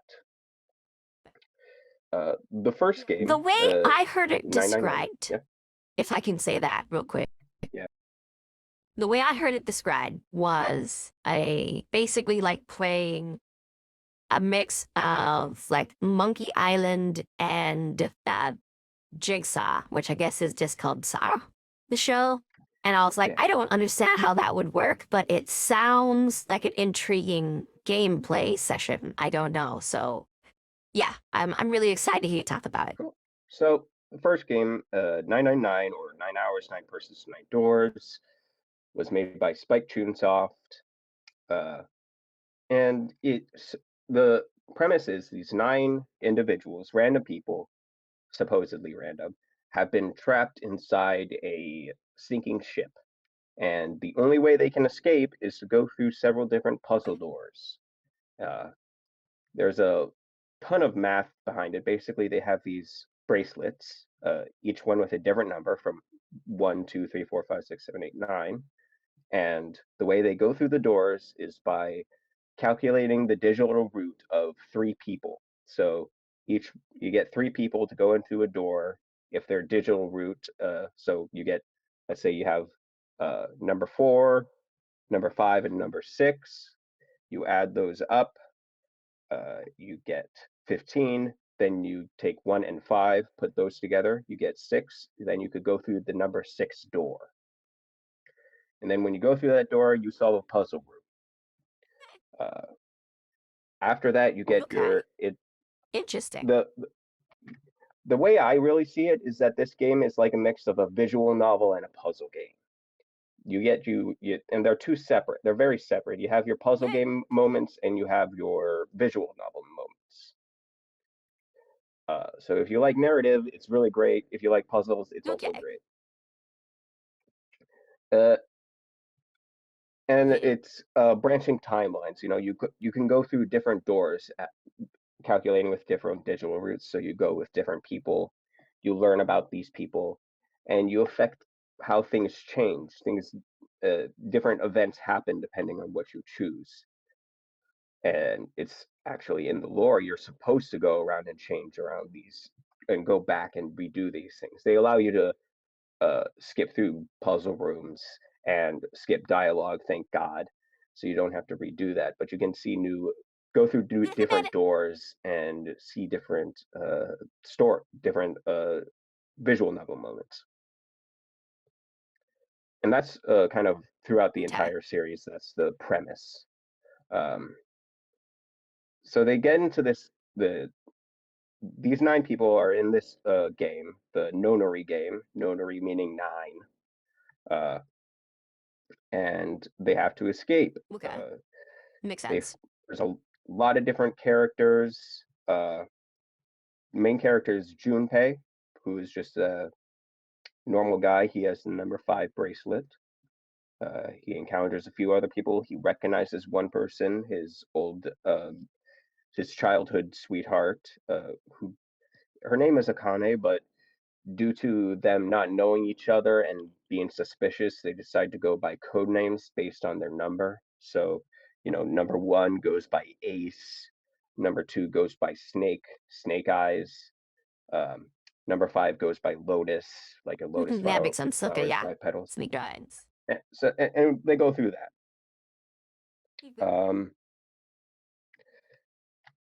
And to explain the entire story, I would have to explain all of the different branching timelines, so I'm not going to do that. I'm just going to ask if you want to play, you can. Shoot. Just know that this is an old game. This game came out in 2009, so it has all that sort of 2009-ness. And Sorry, I just want to no, say yeah, I think it funny that 2009 is like quota for old. Me, I'm thinking yeah. old game. I'm like, okay, Descent 1 level old. Okay. No, it's Well, actually, how 2009. old is Descent 1? Let me look that up real quick. Okay, so if I look this up, Descent was the 1995. That's where 95. my brain starts saying things are old at. I usually say Oh my. Things. before Doom is my point of being old games, but this is old in terms of like you have to realize 2009 was uh, 15. what almost A long over time ago 15 now, yeah. yeah, it's over 15 years ago. So the Yeah. they go through these people go through the game. Uh, they learn a lot of sense. They find out that the ship they're on is a replica of the Titanic, and there's a lot of it's kind of a meme in this series where throughout this points they start bringing in random tidbits and facts about the Titanic, like how there was a sister ship to the Titanic, how there's a theory that these two ships were switched, how that Yeah. It's a very supposedly prominent theory, especially with the bankers all leaving and everything. Yeah. yeah, and how there was like a Egyptian uh, sarcophagus on the ship. Uh, it gets weird, but eventually they find out that Yeah, like that these voyage was weird too, but yeah. yeah, eventually they find out that this isn't the first Nonary game. There was another Nonary game 9 years before, and rather than Really? random adults, it was a bunch of kids that were stolen uh, from and put into the game because because they were Actually, I want special. to They just were say that it's a really yeah, good wording to use the term stolen there with children, because when we look at like quite a few different religious texts, and that includes like the Bible, the word kidnap and stole or stealing have been intermingled through translations throughout the time. Like the original English translation of the Bible said, "Thou shalt not kidnap," instead of "Thou shalt not steal."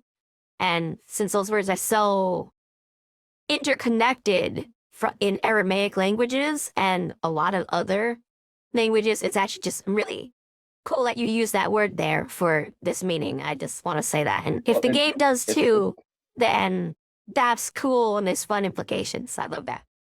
yeah. So these kids, there were actually more. There was 18 of them, and they were split into two groups, 9 on each side. And that's because these kids And were espers. You know, they had kind of a psychic link, but yeah, not in the way most people would think. They were of the morphogenetic theory, which is this idea of a kind of a higher plane of existence that flows one way through entropy. So it's one way like timeline. It's a one way movement. So these two psychic individuals can connect, but only in one way. So one person is a transmitter sending the information, and one is a receiver receiving that information. And these kids were taken to test that theory. One group was put onto an actual sinking ship, and another group was put onto an exact replica in the middle of the desert, where they had to solve the salt. They were given yeah, they were these had to solve the come the answers. reserves to take children to do that kind of experiment with too was Yeah, fucked up. that's because this group was a pharmaceutical company. That's what that's who stole the kids. Were a Yeah, pharmaceutical like, company. So they have the money to do that. it makes sense. Uh, and Yeah, they a lot find of companies and even like military organizations still would do that, especially to the reserves and other places to steal the children for all sorts of experiments like that. Like, I don't think they ever get anything real out of those experiments. It's just an excuse to torture children, in my opinion, but that still happens in the real world. So, yeah, yeah. good, So Gemma. Cool that they're these playing with that. yeah these that's the premise is that these psychic kids are tested in that sense. They have to solve the answers and then transmit that answers to their sibling, their twins on the other side of the world who are in the sinking ship. Uh, Eventually, they solve an answer and they get out, but one Oh, kid oh, is hey, you trapped guys, can inside of a I make furnace. Can I make a guess theory? Yeah. Okay, the guess theory. The characters in the current game have someone that they're linked to and they don't know. So characters start getting some weird visions or something sometimes. They're keeping it to themselves, and it's other people trying to guide them through the game. Am I correct? Only a couple of the characters are actually psychic. Only the rest are not. They have some sort of connection to the past, to the Okay, previous game, but they're not themselves psychic. I mean, one of the characters was okay, a interesting. like yeah, like one of the characters who goes by Seven was a police officer who actually uh saved the kids when they were kidnapped. The kids that were kidnapped. He got them out of that out of the ship. He infiltrated it and stole and got the kids out. Um, Another one of the characters, Lotus, is the mother of one of the pairs of twins that were stolen. But there was four people who were actual psychic, two of which, Clover and Snake, who were twins who were separated in the game, and then Akane was one of the kids, and her twin Santa, which is said to supposed to be said like Japanese to sound like Sen uh, or three. Uh, But okay. yeah, they were part of it, and it turns out that this was totally a ploy to get revenge on the pharmaceutical company because the other three of the or one Ace was the president of the pharmaceutical company, and throughout the game you start finding these bodies of the other leaders who of the pharmaceutical company that Ace killed because he knew that they would if they got out they would snitch and he didn't want that. Uh, and that's the That sounds about game. This right. whole game, yeah, this whole game was orchestrated by Akane to get revenge and also save her life because uh, back in the original Nonori game, she was trapped inside a furnace. But the thing is, she didn't. Her twin was did not get into the furnace, so she had no way of figuring out the answer. Uh, what actually happened was Junpei Eh, is a psychic. He didn't know this, but he was able to solve the. He was put into the same situation 9 years in the future, and was able to send the information to the child version of Akane 9 years in the past, and that's how they got out. That's cool. They escaped, and then we go on to Virtue's Last Reward, which takes place in the future a bit. It's kind of it, it it goes into the story. They find out much in when they are in the future later on, but again, it's nine people. Uh, some of them are different. I mean, the only returning member is Clover. Everyone else is new, and they're in this new Nonary game, which is in Oh, a I think I sort of heard a something about base. this game. Um, Yeah, there was something where they were talking about the main character. There was this whole like I remember I was at they were discussing whether or not they were the worst pro tag ever or the best pro tag ever, and they were having like a yes. very fun discussion, back and forth on that. So yeah, well, what do The you main have to say character, about that subject? the main I character guess. in the game is called Sigma, and haha, funny Sigma male, but his name is Sigma, literally. Um, but he is simultaneously super weird and super cool. He is definitely horny in that sort of way, but he's also like he's petty and very comical. Uh, he makes mistakes, but ultimately he really does care about uh, his friends, the friends he makes in this game, and getting everyone out. And where he really shines is in the third game, but we'll get to that. Um, So they're trapped in this sort of underground bunker where rather than numbers, they have their bracelets are a combination of three things, which is the number, a color, and then if they're a solo or a pair. And we get into color theory in this sense, where someone Oh, is green, interesting. yellow, and I think it's green, red, and yellow, and they have to go through Which version doors. of color theory? Like the Western color theory or like It's like other cultures' when color theories? I think it's mainly uh, Western. Let me because it they use Okay. like That makes sense. uh, Okay. the Yeah, sounds computer. right. Yeah. So and the depending on how their colors mix, they go through a different door. So let me get the graph up. Or,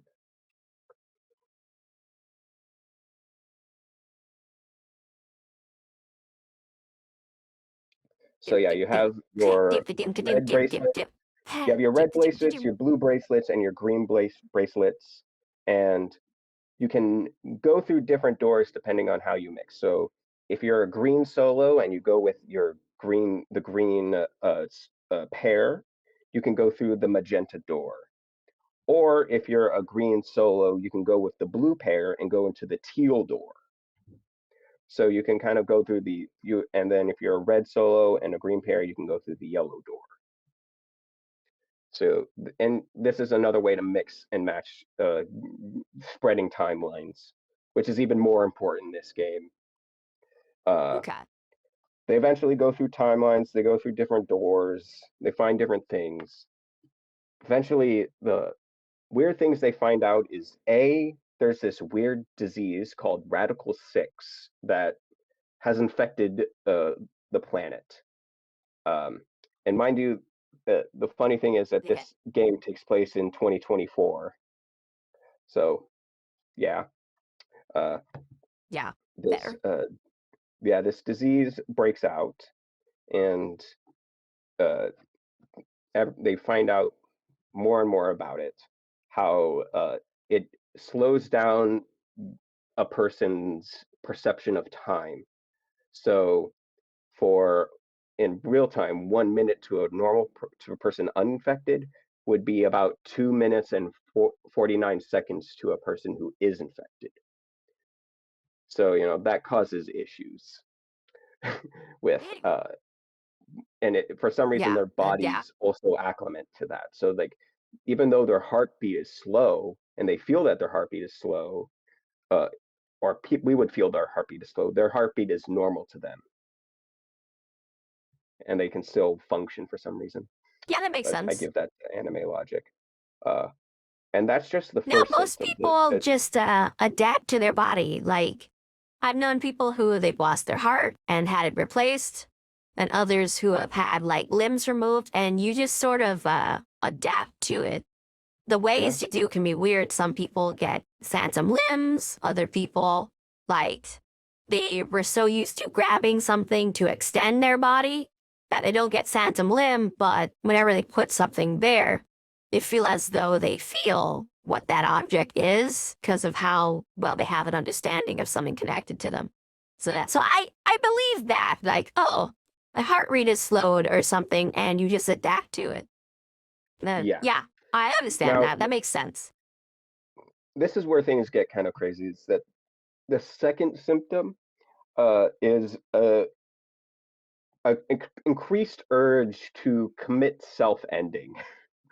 Like literally, they put all their thought and body into trying to end themselves, and it gets quite Okay, gruesome. There's a I've seen a lot few of that. things that have those kind of symptoms. Ugh.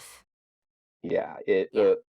the idea is that they're processing so much information because real-time information spread is a lot faster than what they're processing. They just process so much information their brain can't handle it, and it just commits self-end. I don't know how.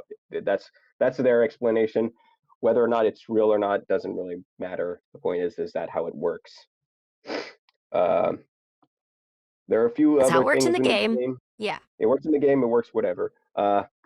They find out that there is like a cult called Free the Soul, which is some sort of cult that wants to destroy all humanity and replace it with clones of a certain dude, which they call the perfect human. And that's just what their prerogative is, and they're trying to stop this Nonary game from happening, which is weird. So it's like you have this doomsday cult trying to stop this death game that you're all in, and you're like, okay, do we join them? Are we friends with them? What are we? The problem is the guy who infiltrated and is part of this cult is the biggest asshole, and his name is Dio. Funny enough, he's just as big of asshole as Dio from JoJo. So Yeah. it's Oh, by the also way, for artists, I want to say something about JoJo's Bizarre Adventure.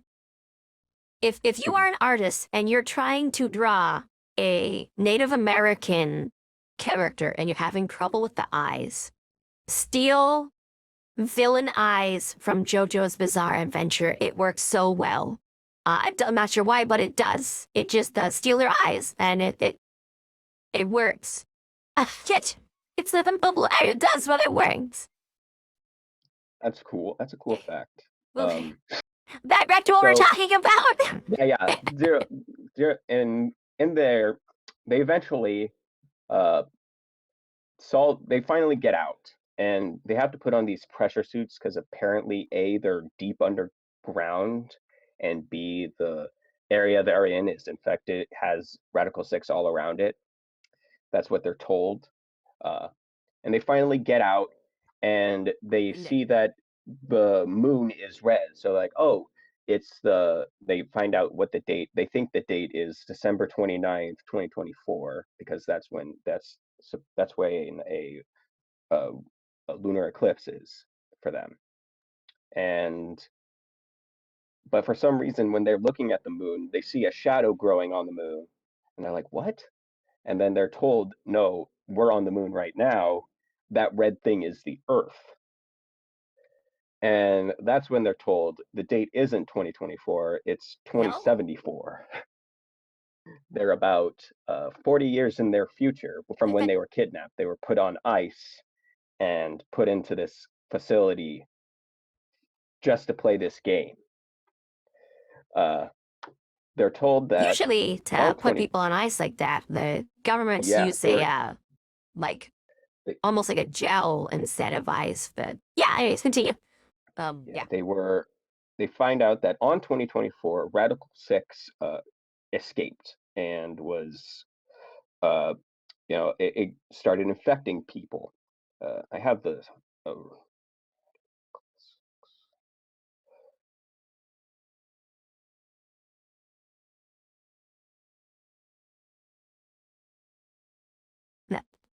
Escaped is an interesting sorry. term that they use. Was there a like a person zero who was there, or animal, or was it just the disease itself making it out with whatever bacterial virus thing it is? Yeah, so here's the story. About 45 years ago, on April 13th, there was 18 annihilation reactors operating in various parts of the world. Now, annihilation reaction is basically when you take an antimatter and mix it with normal matter. It causes a huge explosion of energy, and this humanity was able to capitalize it. So they created 18 of these annihilation reactors around the world, and that was able to power everything. They had near limitless clean energy because there's no emissions when you're destroying matter. So they had all these, but the problem is when you have antimatter, it tends to explode when it meets matter. So on April 13th, 2029, they all went up. They all exploded. The explosion was about 180,000 times as powerful as the hydrogen bombs that dropped in Hiroshima and Nagasaki combined. It started a few months before on a Mars mission a test site for a Mars mission in the middle of Nevada, where there was an accident, and Radical 6 claimed its first victims and escaped. It didn't take long for the virus to spread to the world. Bodies started to pile up. People would take dives off of buildings, shoot themselves, hang themselves, the classics. For some, it was burning or drowning themselves. One pilot on a passenger airline drove his plane into a ground, and that caused transportation across the entire planet to halt. Yeah, some bad. So food and water didn't get distributed. Yeah. Eventually, some people found I some. knew a biplane pilot who went out that way. It was sad. Yeah. Some people got a hold of some radios and organized a few meetings. Uh, there was the only thing to discuss was how to get rid of Radical 6. So they decided that purification was the way to get rid of it. They then detonated all of the annihilation reactors to try and just roast the virus off for good. But that was just a theory, supposedly, in the game. That was a theory. No one really knows what happened. Some people say it was the ultimate, if I die, you're coming with me, on a scale of 8 billion people. Yeah, I understand that theory. So at the time, there was about 8 billion lives and people in humanity, and it took it down 6 billion of them just like that one stroke. So at this point, there was only 2 billion humans alive. After that, they Yeah. got nuclear winter for about 9 years because of the explosions and all the fires and all of that. Woohoo! Fun! Eventually, it was over. The skies cleared and there was sun. Plants started growing again. Animals that didn't die off came back, but there was still a bunch of stuff in the air, Yeah. and that's why the Earth was red, because of how light is filtered through the atmosphere. All of the blue and yellow light kind of just disappeared, and all was left was red. So Earth's atmosphere is now red,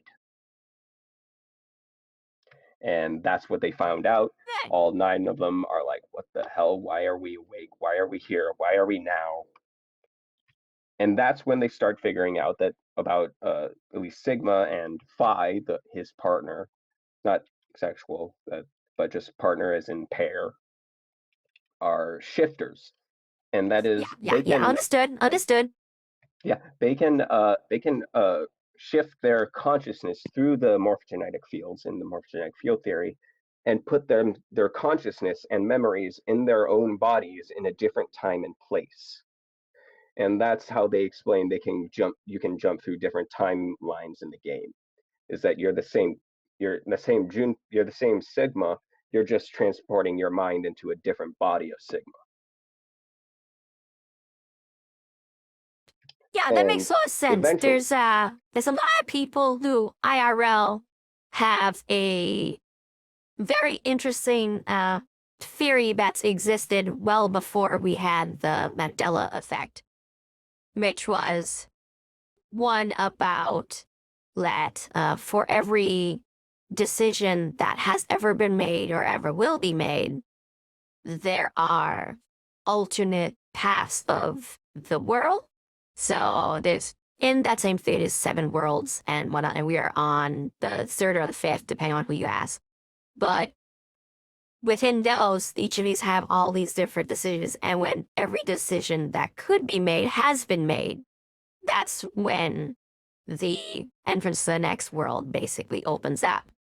There's a whole lot more to it, but what's really cool is the air quotes Mandela effect part of this older theory is that when you're experiencing that, what has happened is you have jumped to a different decision tree. Like from where you were, you are now experiencing a place where different decisions have been made. You and someone from the other decision route have swapped to experience a different version.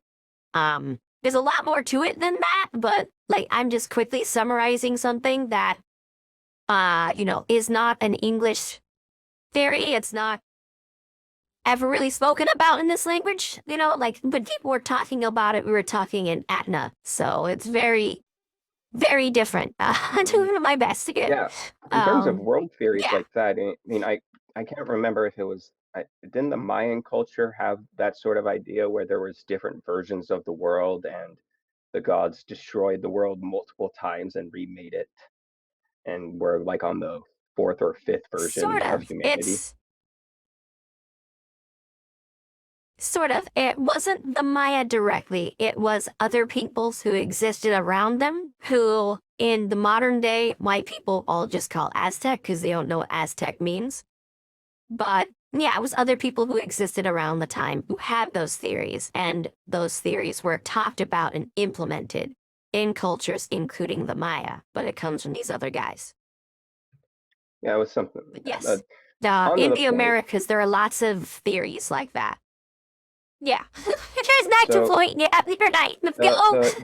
I love tangents, but they they find out that they can do this, and they are they send their consciousnesses back 45 years to the day that the blasts happened. They can't, at this point, they don't have enough knowledge and skill to fix things.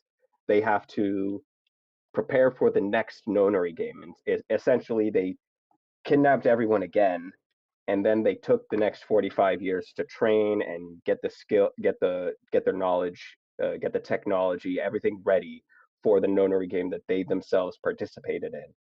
And then at that point, they will send themselves back to before Radical 6 was released, and they will try and stop Radical 6 from releasing at that Nevada site.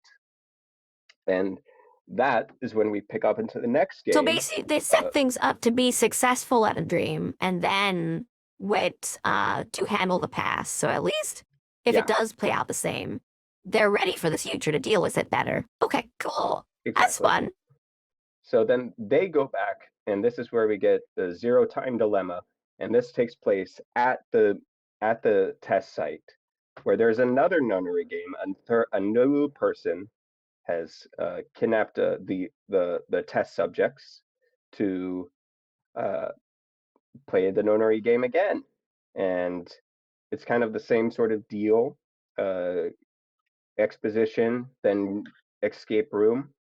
Uh, And in this game, it's more of trying to find out what decisions get to the future we're trying to get to. So either you get to a future where, oh, this is the future where Radical 6 released, this is the future where we failed, or we get to the future where we succeeded in stopping Radical 6 from releasing, and now we have to figure out Ooh. what happens next.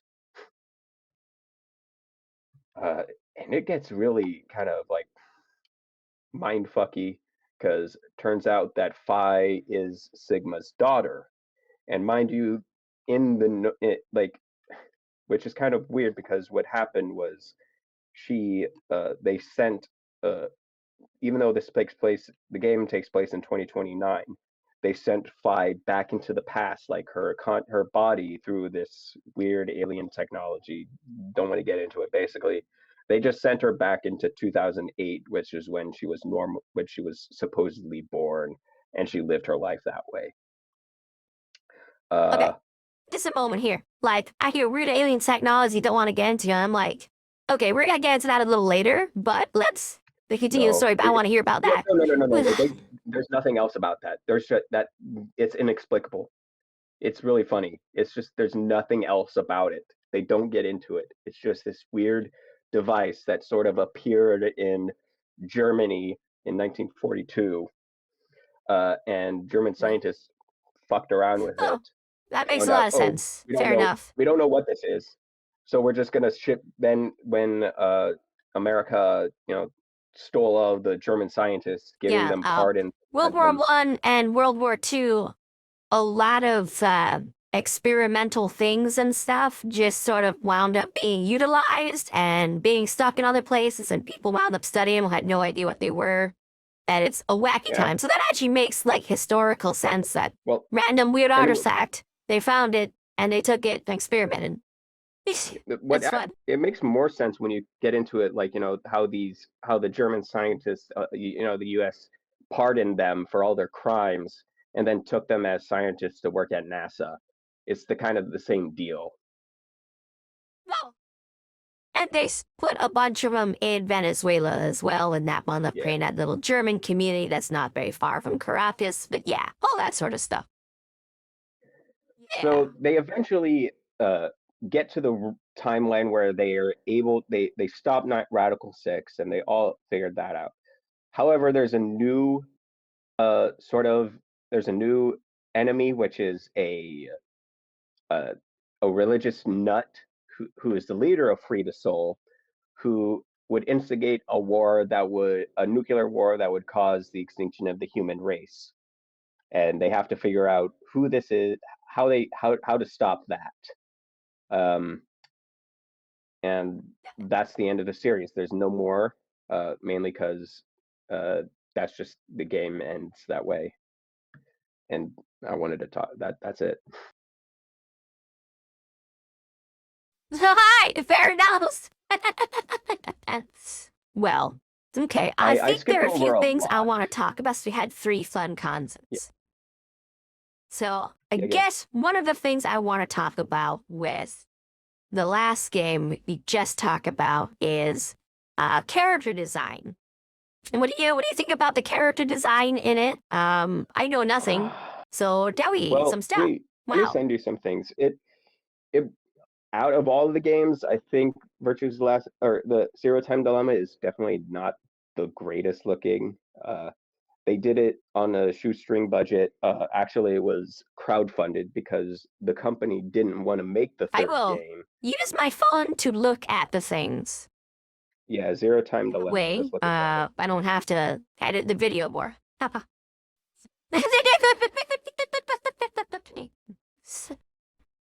So yeah, they have So this if kind you of send it to the self. normal main page, I can still Yeah, stay in the chat. they had this sort of self shaded like the in terms of 2D art, it looked great, but it was a 3D game, and the 3D character models are very stiffly moving, and uh, like they just don't look right And it in is a the high way they move. contrast between the way they and the 2D models are that create a Yeah, separation for you where your brain goes disconnect. yeah, Okay, yeah. understood.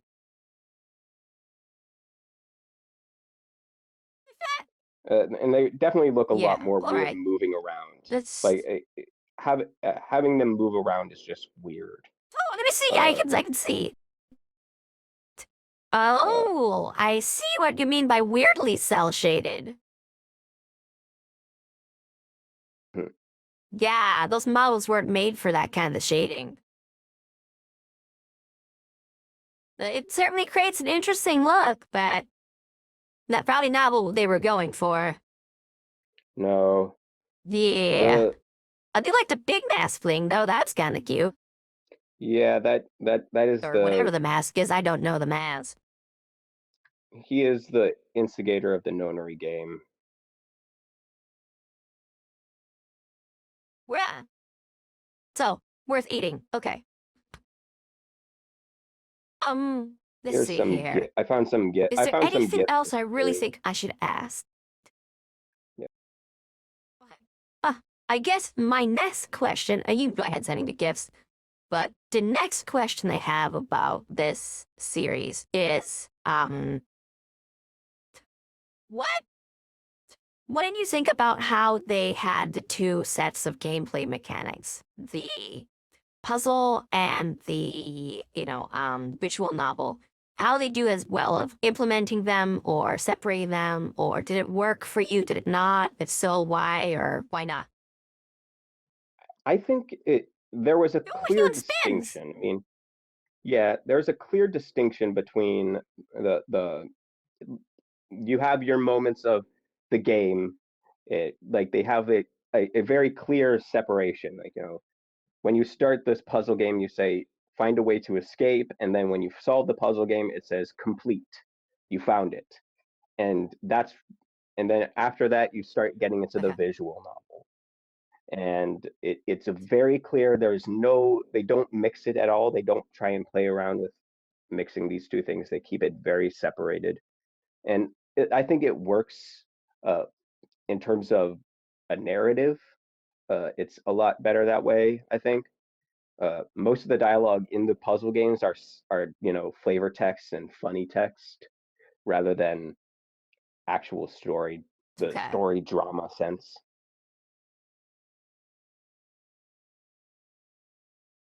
Okay. Interesting. Let's see here. Did you feel that the story set up in the first game and that implemented in the second and third worked cohesively and felt like they were intended to be with each other?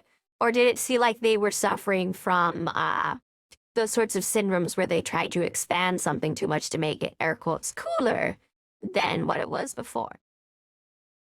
I think there is definitely that sort of sense between the first game and the second game, mainly because they take place so far differently. Like the story evolved to such a point where the first, if you play the second game, the first game is kind of inconsequential. Uh, but in the between the second game and the third game, there is definitely a distinct connection. The two of them are built off of each other. But the first game is kind of its own thing compared to the other two in the game in the trilogy. Okay, cool. I think those are the main questions I got, except what kind of player do you think would get the most out of this franchise? Well, I think the puzzle games themselves are not that hard. Uh, it, it it in that sense, it's more of a point and click adventure where you try and click everything to find out what it is, and then it's just a matter of putting the pieces together, which I think is great for a story. It's like, or for a puzzle game. For me, puzzle games are supposed to be where you have all the pieces out, and it's just your brain of how to put these pieces together rather than a puzzle where you Yeah, like, know the answer. It's just a task of putting the pieces together. And in this sense, most of the puzzles are that where yeah. I everything is think laid out for the you. Mist and Riven games are some of the best at what you're describing. So it's nice hearing another game that has aspects of that in it. So that's cool. And if you like visual novels, like story stuff, I think you'll like this. There's a lot of uh, the characters themselves are they're pretty funny. There is a lot of comedy in this game series, um, and if you like this sort of drama of it has a lot of Eastern sort of Japanese isms in its comedy and its storytelling. If you like Phoenix Wright, you'll like this game. That's my best thing. If you like the Phoenix Wright series, you'll like this game. All right. That's cool. Yeah. All right. So now people have an idea what kind of player this is for. Um, and I guess we should go over again a little bit of the Edge of Sleep, but it's like similar questions and answers. And then we'll hit Yeah, yeah. Warhammer 40K, which is a little bit more. Okay, so let's hit into the Edge of Sleep, and I'll start off with a question for you. Go on. Okay. So the first question I got is, what kind of viewer do you think is right for watching The Edge of Sleep? This could be age group, this could be genre specific, this could be anything like that. But who is the correct kind of audience to enjoy this series? I think for one thing, I want to make a clear distinction. You don't have to be a Markiplier fan to like this. You don't even have to know who Markiplier is. It is not driven by him. So that's just one thing I want to say first. But as for someone who would like it, I think if you like horror, if you like psychological or cosmic horror, you would like this. If you like your dramas and your suspenseful TV shows, you'll like this. There's a lot of that sense of it's a short drama series. So if you like that sort of thing, I think you would definitely enjoy it. Yeah. And I'll add one more caveat to that. Like, for people who really enjoy a character to remain the character they are and not to somehow have like meta knowledges or act beyond what their character is expected to know, it's really the thing for you. Like, if you want to see something like, well, what if random normal nurse were here? You know, what would they act like? What would they do? You know, and like, what's their background? How does that affect it? As opposed to like, oh, they happen to Google so much stuff, they know all this crud. You know, if you're looking for that kind of experience in the writing of characters, The Edge of Sleep, it's got you, fam. Just like, let's see here. Oh, I will add one little warning about The Edge of Sleep. If you have the problems with flashing lights, it's not very much, but every now and then for a few short moments they'll have scenes that have some flashing lights, so you might want to watch with someone else who can watch do that and then quickly explain what elements we're seeing during that flashing moment for you. Yeah, I mean, Um, one of the like so in people the that don't the have that intro, problem, it's not an issue. But yeah, yeah, the in one of the intro sequences is like, that the flashing triangle of lights going forward through a triangle tunnel sort of way. I think that could be dangerous for some people who have a flashing light issue. yeah. There's a few things to that, but hidden in those images is usually something that's relevant or whatever. So that's why I say watch it with somebody else who can watch through that and tell you what was in there before you miss too much. So, because yeah, you want a full experience. So definitely watch with a buddy if you have those sorts of problems. Yeah. What else can be said or asked? I think I can figure out another one. Um, no, you know what? How about you ask me something and I'll answer it about The Edge of Sleep and what we think. Yeah, I'm sure Hmm. you've got something you can throw there. I would say, like, how does I mean, obviously, I think there's it, the the usage of some what sort of cultural aspects of like the edge of sleep are implemented well or not well. Like, I'm sure I know you're a culture nerd, so no offense, but I'm sure you could say something about So, that. yes, said that. I can. So, when it comes to certain symbolism, iconography, etc., there are very interesting things going on here, even with the usage of certain words. So, when it comes like the symbol of the triangle, for example, the triangle itself, and especially when you look at more like the Triforce version of a triangle, is a very big symbol in essentially African and American witchcraft. Like people, witchcraft's the word we use, but it's different.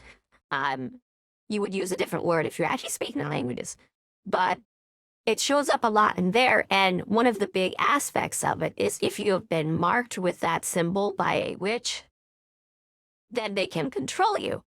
So even if you're like wearing it, like say on a bracelet, or if it's been branded into you, then the witch who put it there, or any of their masters above them on the scale of basically like witchcraft, wherever they get their bloodline from, because that's part of what it is in their cultures, is through bloodline and voice. So oaths can make you part of the bloodline.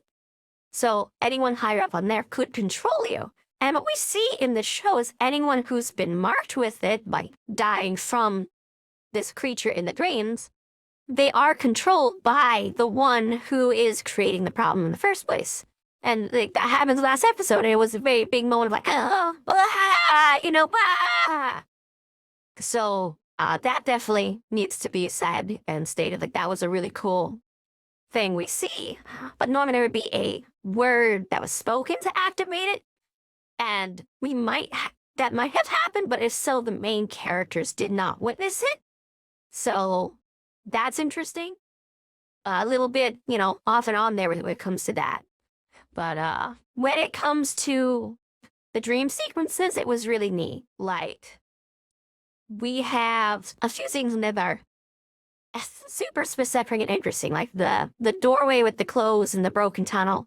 The only other show I'd really seen try to showcase that was Coraline, and they sort of did their own thing with it, as opposed to like what's common in like culture. So over here, when that is in your dream, it usually leads you to a place that some people, they modernize, they call it the mall. Other people call it a hoarding place or anything like that. But it's where stuff is that is useful, that are yours in the other world, basically.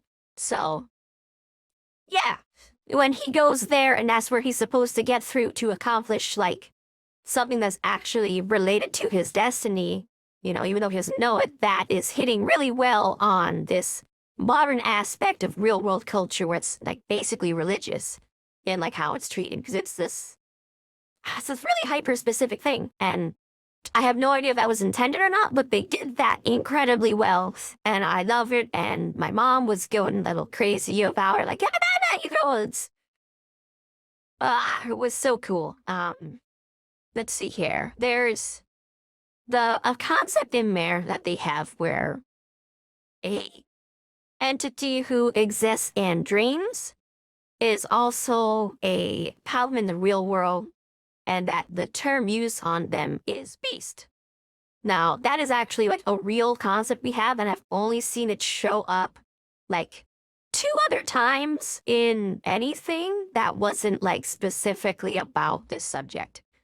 And that would be, prepare for some weirdness, that would be Batman, and it would be World of Darkness.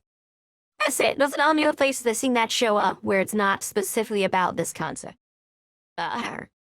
So, the term beast and dreams is really an important one. There are, in different American cultures here, there are people who are they're essentially a beast.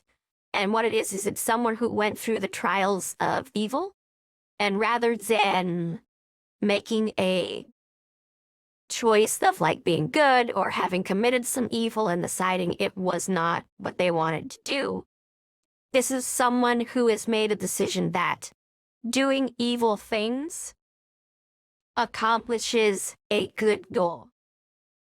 And so they go on that kind of route. And it could be very self-serving and very centric, or it could be something where it's to benefit their community.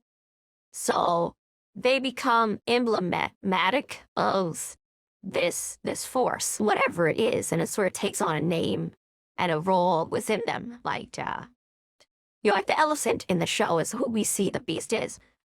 But in the real world interpretation, there's a human being behind the beast who has changed their soul from a human soul to something else. And they use that to basically promote fear, terror, or whatever to accomplish this goal. And they might kill people. They might steal children and turn them into monsters. They might do all these horrible things.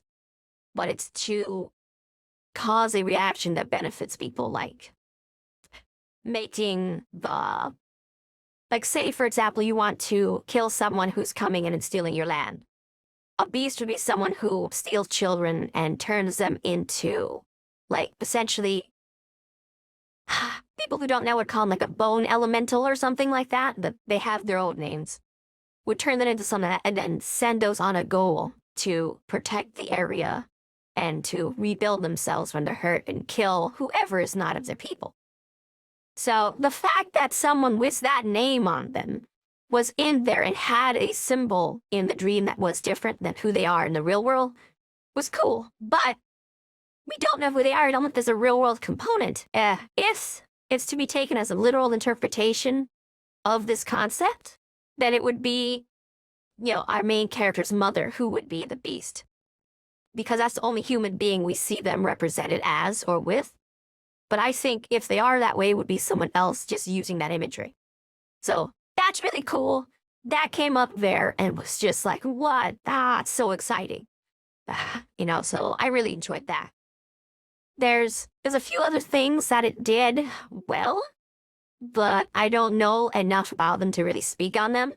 So those are the few things that I noticed that I thought were really cool and culturally correct, whether or not they intended to talk about those things at all. Which is super cool. That's what I Yeah, got that there. is Yeah. awesome.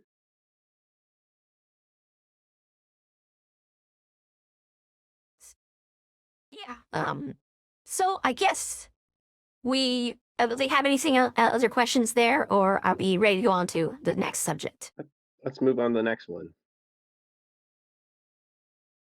Okay. So Warhammer 40K. I guess the big thing is there are books, there are video games, and then there's the headliner, which is the miniatures war game. Do you think that the audiences often overlap, or that there are more specific people interested in certain ones? And if so, what do you have to say on that subject matter? I think people can all it really doesn't matter. People can be interested in different aspects of it. I mean, people who are interested in just playing the games, you can just play the games. You don't need to read the books or play the miniature game to enjoy it. And it's the same thing for other things. I mean, I personally prefer the books over the game or the tabletop game. Uh, and that's just me. I like reading, I like listening to the audiobooks. The audiobooks, they're all incredible. They get incredible people to narrate the books, and that's what I do to be part of this franchise, and I enjoy it. And that's a completely valid way to enjoy it. It's also completely valid to just play the tabletop game and create and paint the miniatures and such. You don't need to know the lore of your characters to play them, and they're not separated. They're separated, but they're also connected. I mean, you can have a deep appreciation for the series.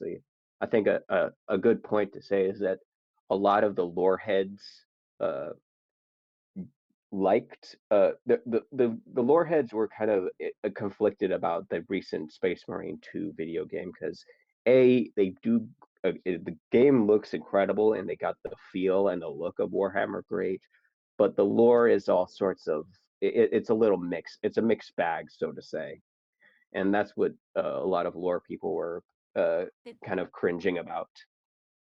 Yeah. Yeah.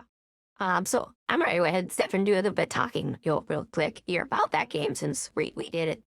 Um, what I liked about the Space Marine 1 and 2 games is that they do an excellent and amazing job of showcasing orc to this theory in action, because there's so many things that the Ultramarines are doing where canonically, if you read the books and stuff about them, they've accomplished BS like this before, and it has been BS every time they've accomplished it. And if you play the game, you get to experience that part of like Ultramarine BS happening. Whereas if you've tried this stuff in the miniature games, for example, anything like that, you would have to roll the most insane rolls ever, and your enemies would have to roll the worst rolls ever for it to even come close to what's going on. And that's just a really interesting thing, and I love it. Like sending 3 Space Marines to fight a hive tyrant with its minions around is absolutely insane. That if you succeeded on that in a game with the miniatures, you would be talking about that game your entire lives. It's just not that would be. That's just incredibly insane. That's like D&D. You're level 3. You have 2 buddies, and you defeat a lich. Like you're gonna talk about that forever. It's just yeah. So there's some things like that going on in the game, but it was a lot of fun. What was really good at getting people who want to get into the setting a chance to experience like the most happy-go-lucky it can go for you. And then, dig deeper from there. So that's what I gotta say about it. That was a lot of fun. Very accurate to the chapter they're talking about. And stuff like that. So fun. Yeah. So that's what I gotta say about Space Marine 2. And that's basically it. Woo! Yeah. Uh, So is I that do want to ask another question, yeah. which would be, what are two of your like favorite quotes from the franchise? Oh, fuck. One sec.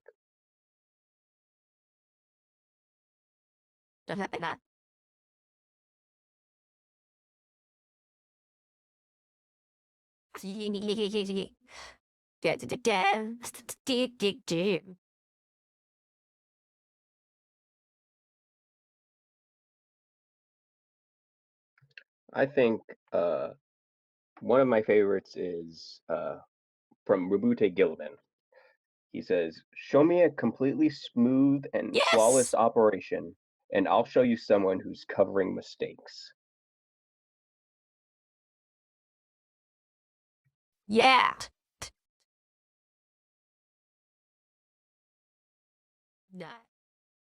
You got another one? But yeah, such a good one and very just, yeah, with the huge economic situations they handle and make work, it's really a very, very perfect way to summarize the character with a single quote.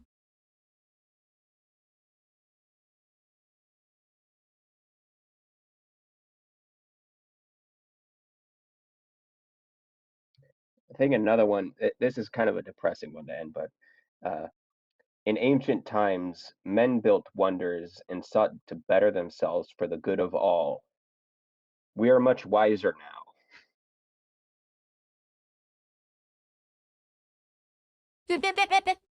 Nah, damn. But if that isn't the mood, like for real, Yeah, yeah, no.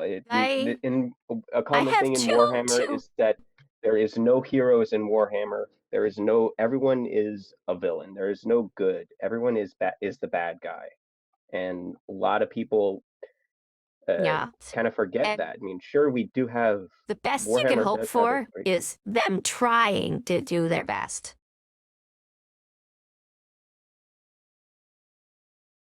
completely, and even then, their Like vision, Shadow they Sun trying their best, but yeah. Jesus.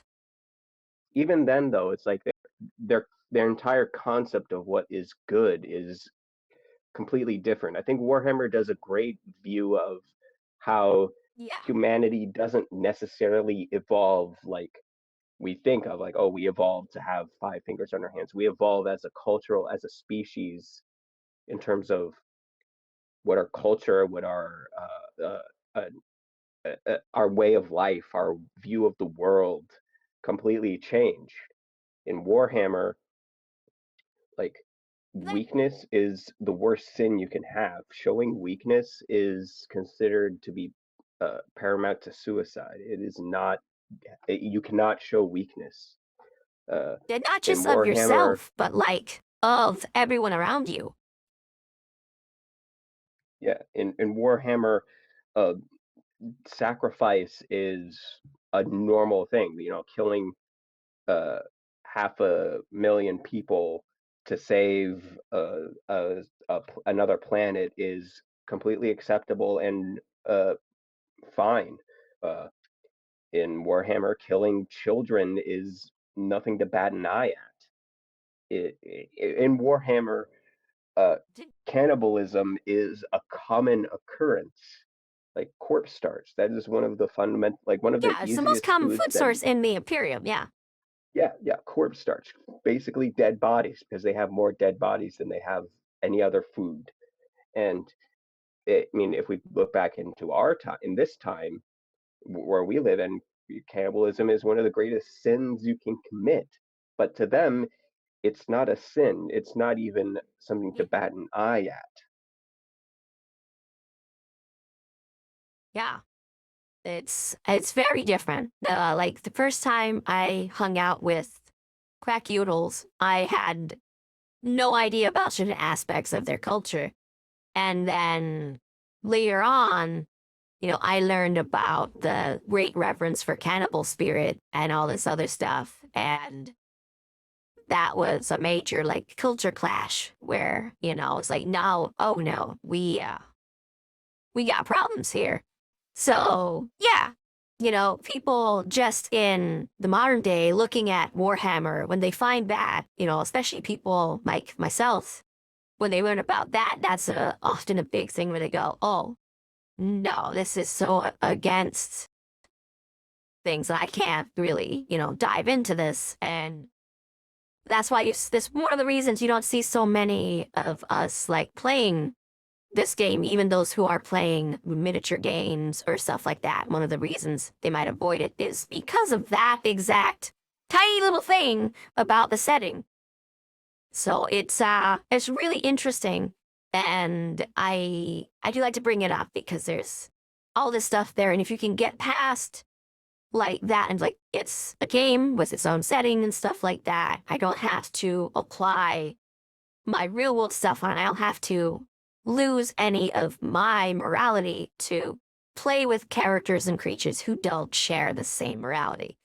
Um, for a lot of people who've gone through, especially like the trials and stuff that like I have, it can be really hard to get there.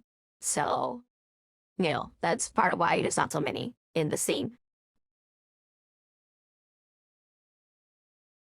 I completely agree. It's a matter of being able. It's a challenge to get into something that is so fundamentally uh, uh, uh, what's the word, anathema to your own ideals as not just ideals as a person but as humanity. uh it can be really challenging to people Yeah, for that. exactly. I mean, And like, it gets bad. Like slavery is not it it, does. It it, does. it, yeah, people, slavery in Yeah, in it gets Warhammer really 40K, bad. Like, it's bad. And at the same time, you have to realize that this is all just a story. And it's not for everyone. And if it's not for you, that's completely fine. Uh, and if I I understand, there are a lot of people in Warhammer 40K where I would definitely disagree. Some people say, "Oh, this is satire," and I completely agree that it's satire. Some people say it shouldn't be satire, that you shouldn't take, like, making it satire is like devaluing the actual atrocities that go on in the world. And like, I can see that outlook. But then there are the people that are like, oh yeah, no, humanity first, this is our ideal, we should all space crusades, screw the aliens, screw people who are disagree with us. And that, like, those are, and there are those types of people in Warhammer 40K. You have to understand there are those extremists who are just, and you, the best thing to do is just to ignore them. no, like, don't give them power over you. I do have two quotes from that franchise that I want to state as well before we kick off of this. So the first one I got here, I heard from someone who was trying to get me to read the books, and at the time I was starting up Godric and Felix, so I was like, the book I have entire omnibuses to read here, so it's not happening. But if anything was going to get me to read it, it would be that quote. So here it is. Unless you are capable of enduring whatever hurt you can inflict, there will come a time when you will fail. And by failing, you will have made useless the sacrifice of millions. We are the salamanders, and we will endure. For no sacrifice made in the name of this great empire we seek to build shall be made in vain. And like, boom, that was a big one. I was like, whoa, yeah, dang, yes, I wanna read about those guys. Uh, Woof. Yeah. So Yeah, the salamanders. I mean, that's such a they're good the one. closest thing to a. They're the closest thing to good guys.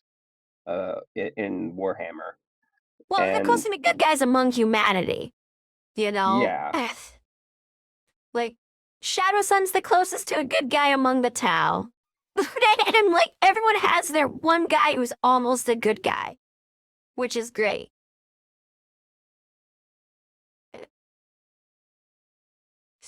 and Like even the yeah, Necrons, they have this one guy who's like, if he were just a little less self-centered, he'd actually be a really good guy. Like, dang. yeah. I mean, No, Trez in the Infinite. He definitely wants to preserve life no. and history, and I can understand that. If he just didn't take literally steal people and put them in like trap them in a single moment of time for his galleries, and yeah, Yeah.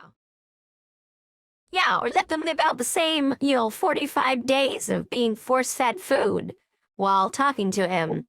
Shit like that. If he could do that stuff, he'd be great.